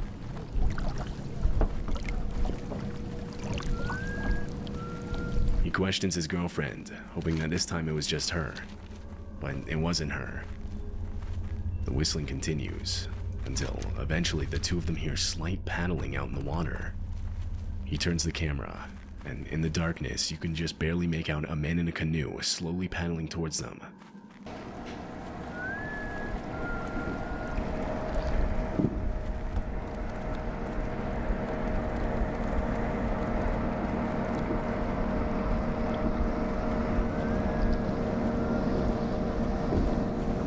That's where the video ends, but he did say that when the man got close enough to the shore, he stood up and yelled out, "At this, the man then simply turned around and started slowly paddling back towards the main cave without saying a word. That was the last time he ever heard the whistling. He still doesn't know what to make of it. To think somebody would have stalked him all those years from Michigan to South Dakota doesn't exactly seem the most likely, but it's still possible. He basically ends the reply comment with many unanswered questions, like who was the guy in the canoe? And was it the same guy he heard whistling when he was a kid? What does the guy want from him? He doesn't know the answers to these questions, but he says that he still worries that he might sometime hear the whistling again. I wanted to take a minute to talk about this video's sponsor, Established Titles. Established Titles is a project based around an old historic Scottish custom where landowners are referred to as lords or ladies. They allow you to buy as little as one link in the description to get your own title. Roommate Wanted, female only. This was the title of a Reddit post uploaded almost 10 years ago now. It refers to the title of a Craigslist ad a girl named Amanda had seen while looking for a place to rent. The post consists of her detailed experience. Amanda was browsing the internet when she came across the ad. The listing was for a room in a house for $225 a month, which was pretty cheap for the area. The occupant listed herself as a 23-year-old college student who wasn't comfortable living with any males. Amanda would get her own room and bathroom. The only thing was the Craigslist ad only had one picture. It was a picture of the outside of the house. There were no pictures of the inside. But still interested, Amanda sent an email to the occupant. In less than an hour, she got an email back with all the details and the time to stop by. The time said 8 p.m., past when it would have gotten dark. In the email, the occupant said this was because she worked late. So, that night at 8 p.m., Amanda arrived at the house. She walked up to the front door and was met by a handwritten note that said, "Door broken, use back door." She started walking around towards the back, and as she did, she noticed how unkempt the place looked. The windows were covered in dust, and the grass was way overgrown. She knocked on the back door. An older man opened it. At first, she thought she was at the wrong house, but the guy went on to explain how he was the landlord, and that the occupant asked him to show her around. The police described him as clearly in his 40s, unshaven, and a guy who looked like he lived in his car. Then hesitant, Amanda stepped inside and allowed the man to give her a tour. Immediately, she noticed the place had no furniture whatsoever. There was only one light on, the light in the kitchen. The landlord would answer questions, but was irritable to keeping lights on for too long. He rushed her around, only letting her look in rooms for a few seconds. They eventually got to one room that the landlord wouldn't open. He said it was the occupant's room, and that she wouldn't want them to go in there. As they were heading back to the living room, Amanda noticed a plank nailed across the front door. She tried to get out of there, thanking the owner for the tour, and heading back towards the back door. That's when the man perked up and mentioned how he forgot to show her the basement. He explained how it was just recently furnished and would make for a great rec room. He was standing between her and the back door. She felt like she had no other choice. He opened the basement door, saying, "Ladies first," as he motioned her downstairs. Just then, an unrelated car parked outside on the street. At the exact same time, Amanda received a text on her phone. She pretended it was a call and faked a conversation about her friend being outside waiting to pick her up. Not enough. She quickly excused herself, leaving the back door and now full-on sprinting to her car. When she got home, she called the cops. She tried going back to the cranks instead, but it was deleted. Not ready yet. It turns out the house had been foreclosed over 6 months earlier. The property was completely abandoned. There was never any real occupant or any real room to rent. The room the man didn't want to show her on the tour turned out to be the room he lived in. But the worst part was the basement. Police found a piece of fishing line at shin level strewn across the stairs and halfway down. There was no furniture down there as the man had said. There was nothing but a pile of old blankets, one handle wrapped in leather belts, and a small box with holes in duct tape. The poster never mentioned if the man was caught or not. In 2014, Jenny, a single mother, would make a post on Reddit titled "Experience Using Sleep as Android."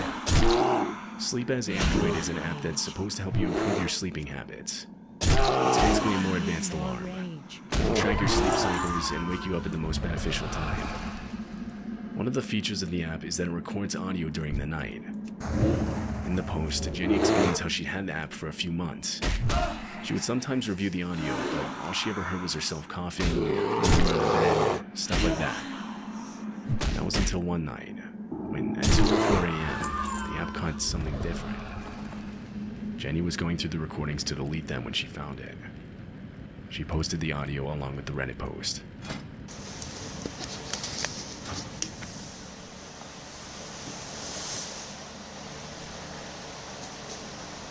What are you doing?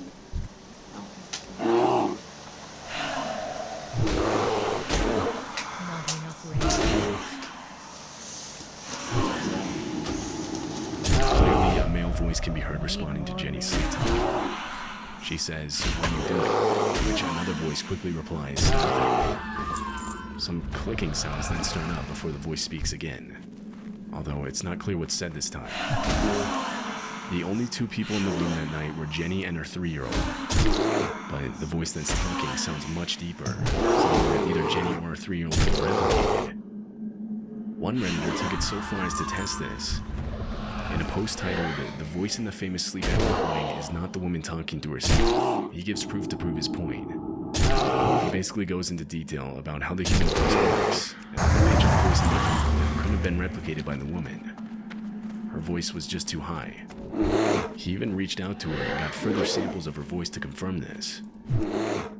This led many to believe that she was the victim of a home invasion, and that someone was in the process of searching her bedroom for things to steal. But to this day, we still don't know. The man in the audio clip was never identified.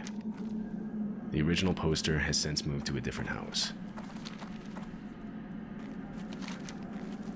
In 2012, an Ask Reddit thread was posted with the title, "What is the creepiest true story someone has ever told you?" A comment that has since been deleted by the user recounts an experience her parents had told her. They had unknowingly encountered the serial killer Ted Bundy at their first date. It was around the time in the day where the two would have said goodbye, when the male in the situation suggested they go for a midnight hike up Provo Canyon in Utah. He was familiar with the place and didn't want the date to end, so he figured it was a good idea. She agreed, so they drove up to the mouth of the canyon, got out, and started hiking with only the light provided by the moon. The two started getting a bad feeling when they came up to a section of path under some trees, which had no access to light. The path was almost pitch black, but they continued on. As they kept walking, the man felt his foot hit something soft directly in the middle of the path. It was too dark to see anything. Instead of inspecting it, the both of them agreed to turn around and run back to the car. They soon forgot about it, until many years later, after being married for some time, when they were watching an interview with Ted Bundy around the time he had been captured. The interviewer asked him to describe the time that he felt the closest to being caught. Ted Bundy proceeded to explain the night that he lured a girl into Provo Canyon and took her life. He said that shortly after, he heard a couple walking up the trail and managed to hide in the trees just before they would have been able to see him. A man then walked directly into the woman's body, but for some reason just turned around and walked away. That night, the poster's father had walked directly into a corpse without even realizing it. The serial killer Ted Bundy was only feet away from him, and he had no idea. That was where the reply comment ended.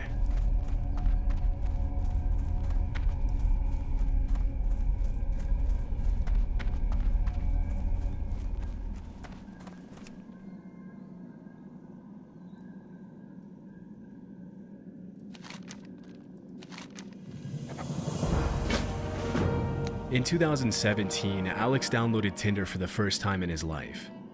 Because he'd never had much success with women and he didn't consider himself too attractive, he figured he might as well try his luck with dating apps. As is often the case for average-looking guys in online dating,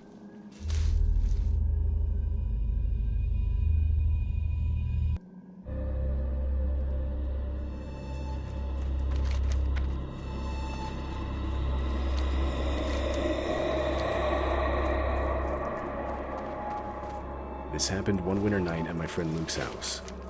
We'd planned to have a sleepover since both of Luke's parents were out of town for their anniversary. It was probably about midnight when the two of us got bored and figured we'd go downstairs to the house's unfinished basement where Luke's family computer was. The computer was really old and huge in comparison to what we have today, so naturally it was also extremely slow. But we could still visit many popular websites at the time, so long as we had enough patience for them to fully load. One we would visit quite often was called Omegle. As far as I know, this site is still really popular today. It's basically an online video chat room type site where you get paired up with random strangers. You talk to someone until you get bored, and then you skip to the next person. That's all there really is to it. We did this for a few minutes and met a few different people, but nothing really of note.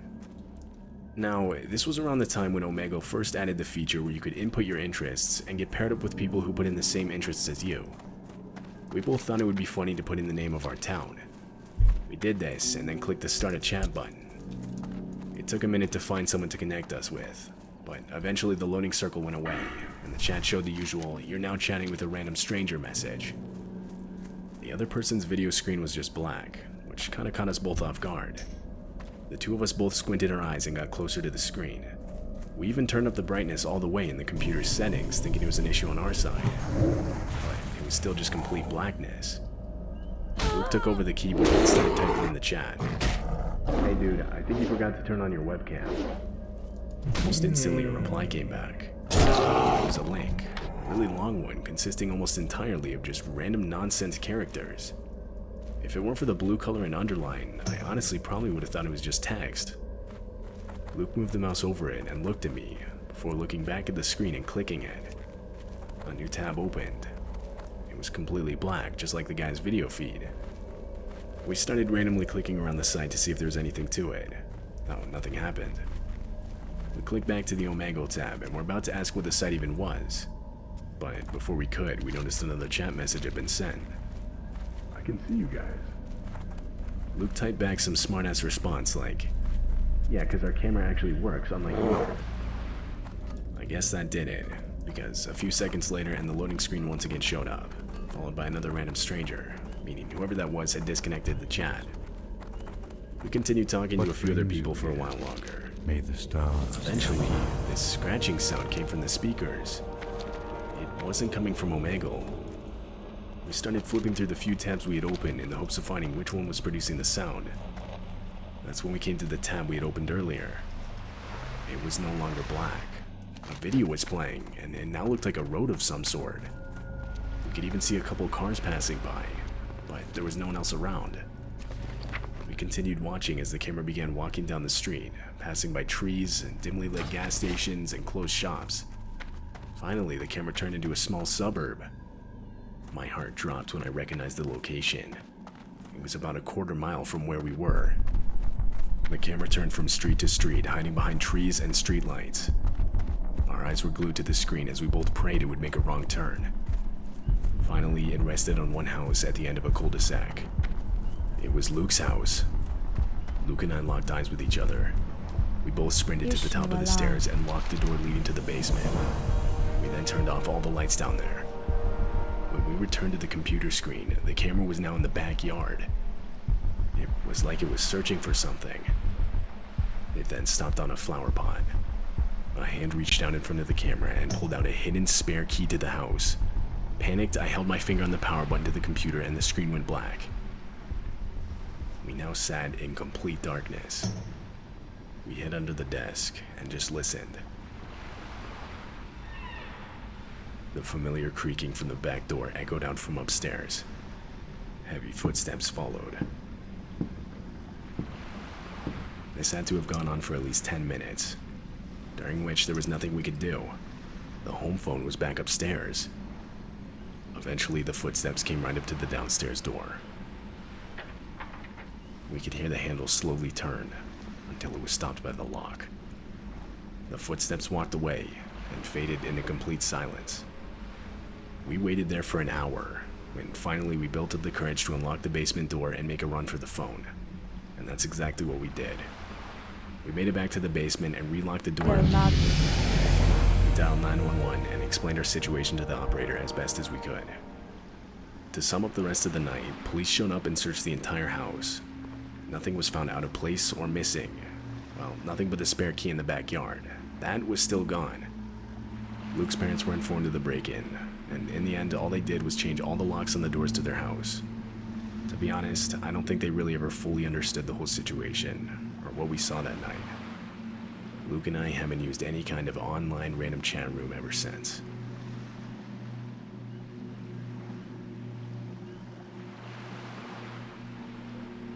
I was 16 and had just gotten my license when this happened. Back then, I used to spend a lot of my nights online in different chat rooms around the internet. This was back when old school chat rooms were all the rage. One room I visited frequently was a chat room specifically for users in my local area. This is where I first met a girl named Julie. We spent a few nights chatting and getting to know each other. I soon sent her a picture of what it looked like and she did the same. I won't lie, I was really into her. She was definitely my type.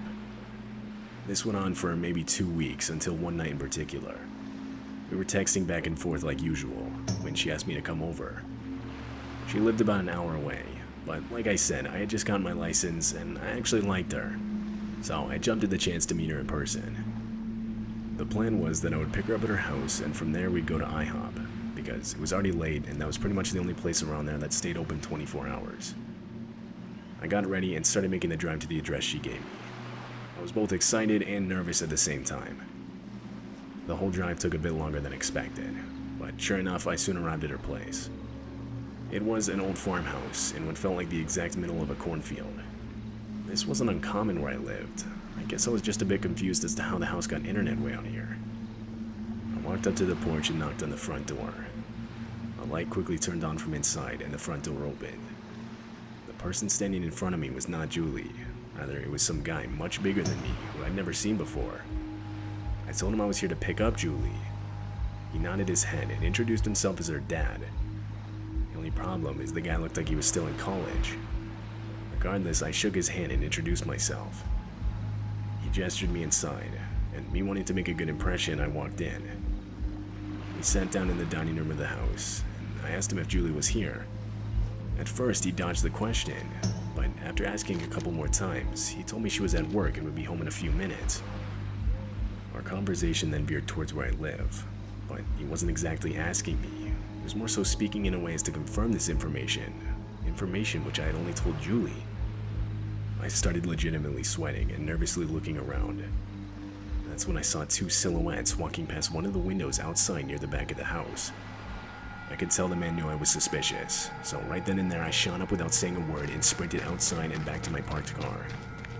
There's no doubt I was chased, but I was much faster than the guy. I got in my car and pushed the pedal to the floor back the way I came. Just as I was gaining speed, my headlights revealed a shiny silver object over the floor of the road in front of me. It was a spike strip. I swerved towards the cornfield and somehow was able to miss it. I got back on the road and looked in my rearview mirror. 3 silhouettes were chasing me, but slowed pace when they saw that I missed the strip. I got back to a main road, and the harrowing reality that Julie wasn't real, and that I could have almost just been killed slowly started to set in. When I got home, I had one new message from Julie's account. "Where'd you go? Come back." I didn't respond to this message.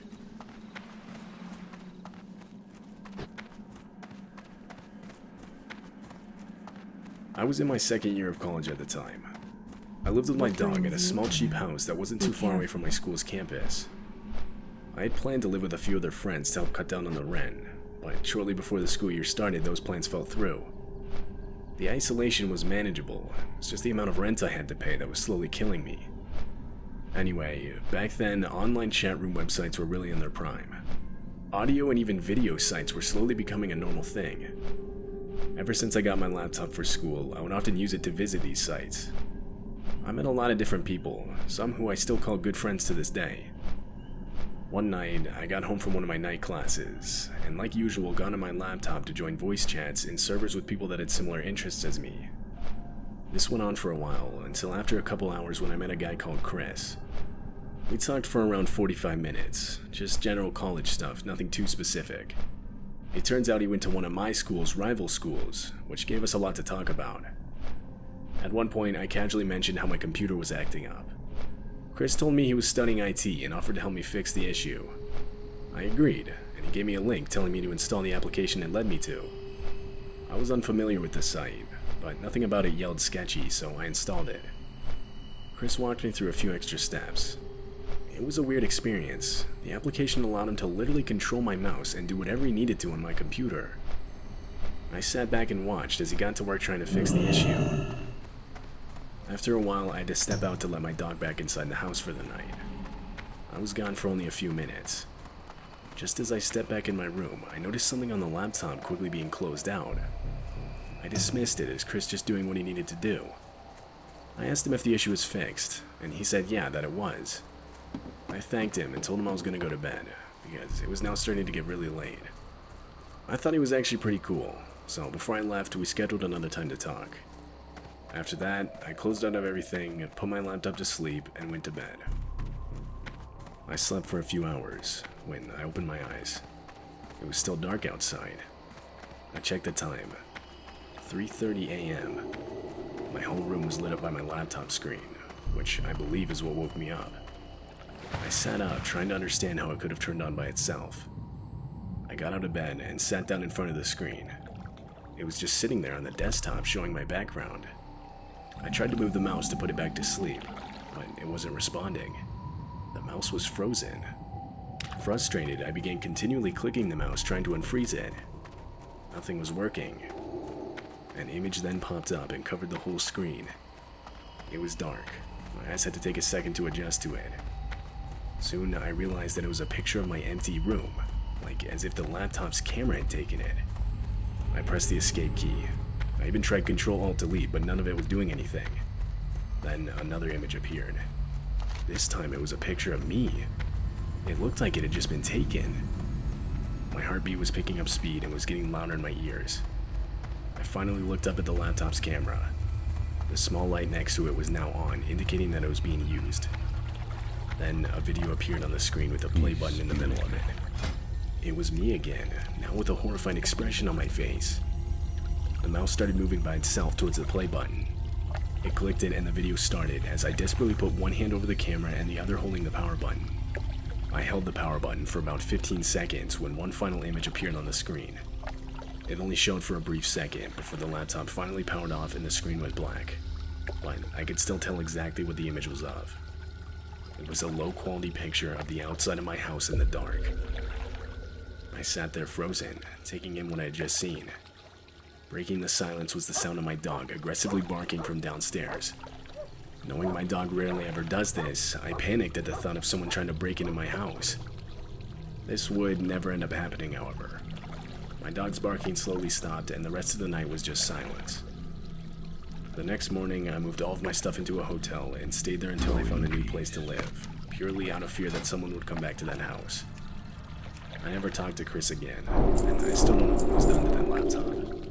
I had school files on that thing that weren't backed up, but I couldn't bring myself to turn it back on. I accepted that they were gone. I ended up setting that laptop on fire and burning it completely. What brings you here? Till next we meet, Goddess, watch over you. May the stars guide you.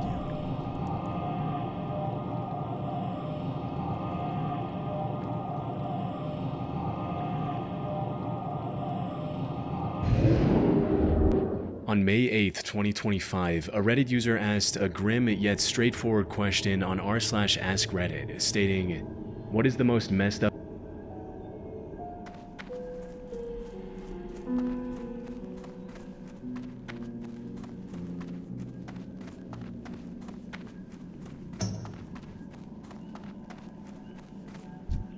Today's video is sponsored by Raycon.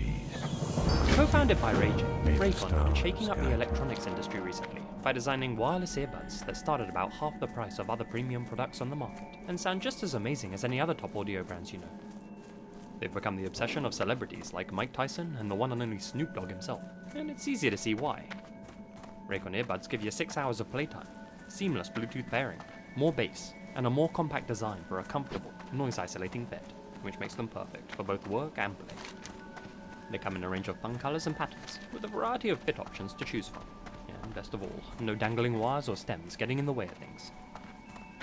With the new year having finally arrived, many of us are setting ourselves goals and taking up new hobbies. And whatever it is you're up to this 2021, a pair of Raycon earbuds would certainly come in handy.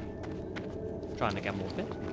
With no wires, a long battery life, and extra bass to keep you immersed, Raycon earbuds help you push yourself that little bit further. Planning to listen to more audiobooks? Their premium sound quality and noise-isolating fit help bring whatever story you're listening to life.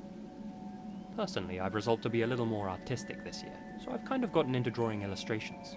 And let me tell you, there's nothing better than zoning out and getting into that flow state whenever I'm sketching. And listening to my favourite music through a pair of Raycons really helps me get to that place. I can just shut the real world out and let my creativity take the lead. Right now, Raycon have a spine-chilling discount available for all of my viewers. Click the link in the description box or go to buyraycon.com/masquerade to get 15% off your Raycon purchase. With Raycon's 45-day free return policy, you've really got nothing to lose. So again, that's buyraycon.com/masquerade or simply click the link in the description box below and be a part of the next wave of premium wireless audio.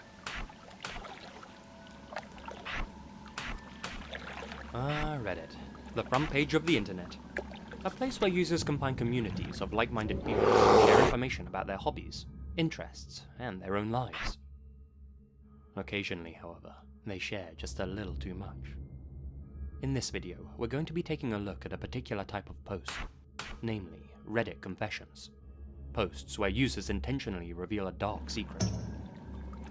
I've picked a wide range to cover here. Some grim, some unsettling, some downright disturbing. But they're all morbidly intriguing in their own right. If this episode doesn't feature a post that you'd expect to see on a top 4 Reddit confessions video, it might be because I've already covered it in the past, or because I'm saving it for a future upload. So, with all that out of the way, it's time to switch off the lights, snuggle up, and prepare yourselves as we dive into the dark, digital waters of Reddit confession posts.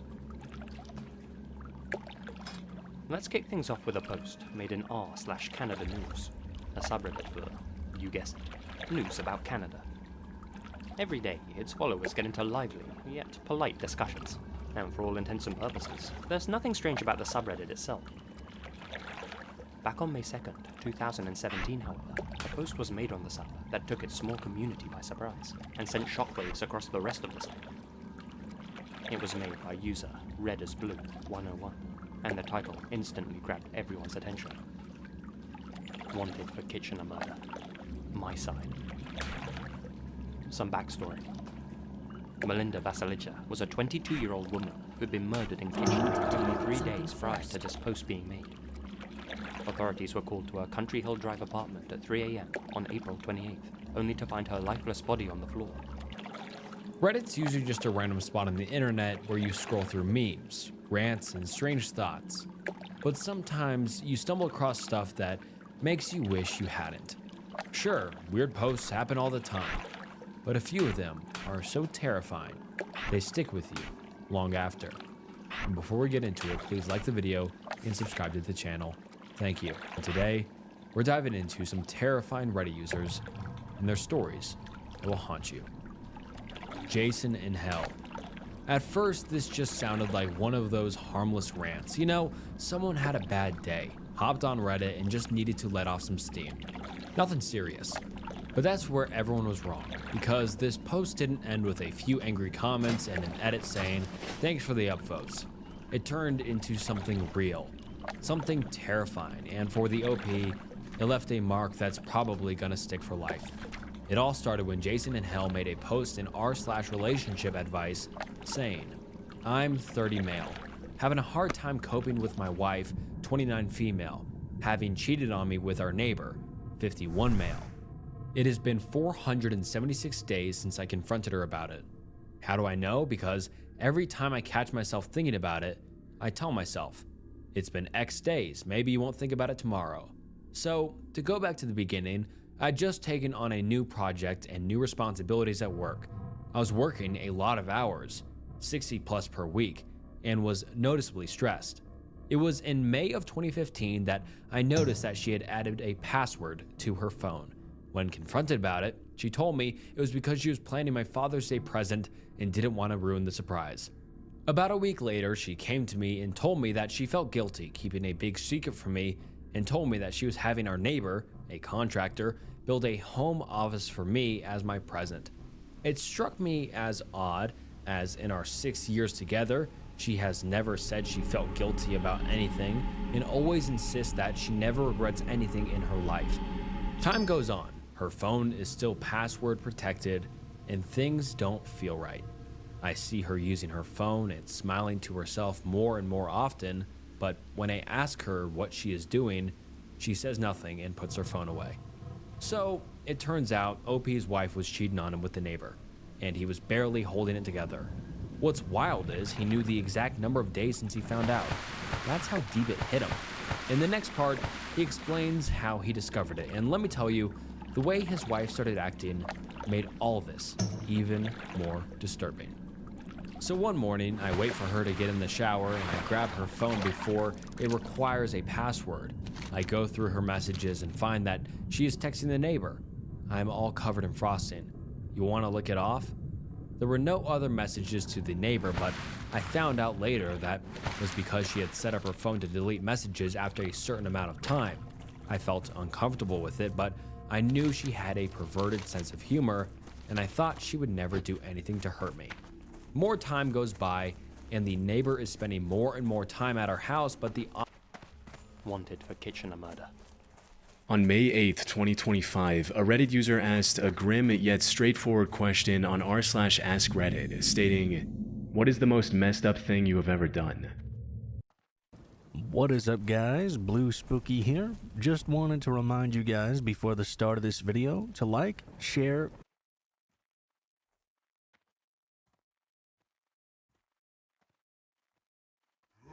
Devil's Footprints. According to a Wikipedia article I found, back in 1855 in East and South Devon, England, a weird incident took place that left witnesses pretty confused and disturbed. As the story goes, in February of that year, there was a very heavy snowstorm, and the next morning there were more than 30 reports from different locations in England of a seemingly endless single-file trail of hoof-like prints in the snow. Witnesses of the incident allegedly claimed the prints covered over 100 miles of terrain, which, according to Wikipedia, left a lot of people pretty puzzled as to what had caused them.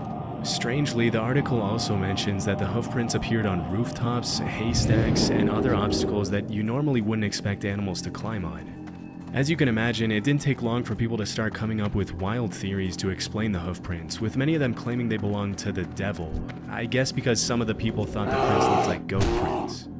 Now, obviously there are much more rational theories to explain why these prints could have appeared overnight in so many locations at the same time, and the only reason the Wikipedia article is titled Devil's Footprints in the first place is only because that's the name of the urban legend. And you gotta consider that this theory was probably made up by a bunch of very bored townspeople back in the 1800s. The article actually mentions that there's very little evidence that the incident even happened in the first place, which in itself is pretty strange. According to Wikipedia, there was some sort of article published back in 1950 where the authors asked anyone with information about the mysterious hoofprints to come forward. And even though the article was published almost 100 years after the alleged incident, Wikipedia says it led to a bunch of papers written by an Englishman back in the 1850s being discovered. Those papers included letters to friends where the man apparently mentioned the hoofprints multiple times. Interestingly, in one of the letters, the man admitted that he made up the story about the prints belonging to a bunch of kangaroos that had supposedly escaped from a rich guy's collection of wild animals to keep the people from thinking the prints actually belonged to the devil. Aside from the made-up superstition that the prints had been left by the devil, there are a couple of more illogical theories that surfaced in the months following the supposed incident. According to a local guy named Major Carter, the prints hadn't been caused by any animal, but by a balloon that had actually been released from a nearby dockyard with the shackles still attached to the ropes, which would explain why they appeared in single file. Still, skeptics have pointed out how incredibly unlikely it would be for a balloon to travel so far without being stopped by obstacles like trees or houses. Other sources who have researched the incident in depth have clarified that it would have been impossible for the tracks to span anything close to 100 miles, and that this part of the story was probably just made up or greatly exaggerated. According to Wikipedia, the other widely accepted theory for the hoofprints is that it could have just been badgers that, for whatever reason, decided to go hunting that evening, as this is the animal that would leave the most similar prints to the ones that people reported seeing. But even though there's a bunch of reasonable explanations, the fact remains that there isn't any conclusive evidence to prove where these hoofprints came from, and this is probably just one of those niche historical events that's going to remain a mystery forever. Belmez Faces. Belmez is a tiny little village and municipality with less than 3,000 inhabitants in Cordoba, Spain. It's not really known for anything too extraordinary, except for this one occurrence documented on Wikipedia that talks about something pretty strange that happened there back in the 70s. According to the article, on August 23, 1971, a Belmez resident named Maria Camara claimed that a human face with a creepy expression had appeared out of nowhere on her concrete kitchen floor. As per Maria's own testimony, as soon as she saw the face, she was so disturbed, and knowing that she wasn't going to be able to unsee it, she called her husband Juan and their son Miguel, after which they destroyed the face with a pickaxe and laid down new concrete. As the story goes, after the new concrete was placed, a new face appeared on the floor just a few days later. The Wikipedia article mentions that at this point, Maria and her family reported the incident to the mayor of Belmez, who ordered the concrete to be carefully removed to be studied. Doing more research on the story, I found that after they removed the second slab of concrete, a bunch of seriously disturbing faces allegedly started appearing all over the house, and pretty soon Maria's house was being advertised to tourists from all over Spain as the House of the Faces. According to Wikipedia, less than 9 months later, hundreds of tourists from all over the country were traveling to Belmez to catch a glimpse of the faces. And apparently the buzz didn't stop there. For the next 3 decades, Maria and her family continued to allege that disturbing faces were appearing all over their house, sometimes in just a matter of seconds and right in front of their eyes. As you can probably guess, because of the amount of attention the house was getting, the authorities decided to carry out some investigations to determine whether Maria and her family were making it all up, or whether something else was actually taking place at the house. This is where the story starts to get a little strange. Even though several tests were carried out to determine whether or not the faces had been painted on the concrete by hand, the results of a lot of the tests contradicted each other. And to this day, it's still unknown whether or not the faces were painted by Maria and her family. The case even drew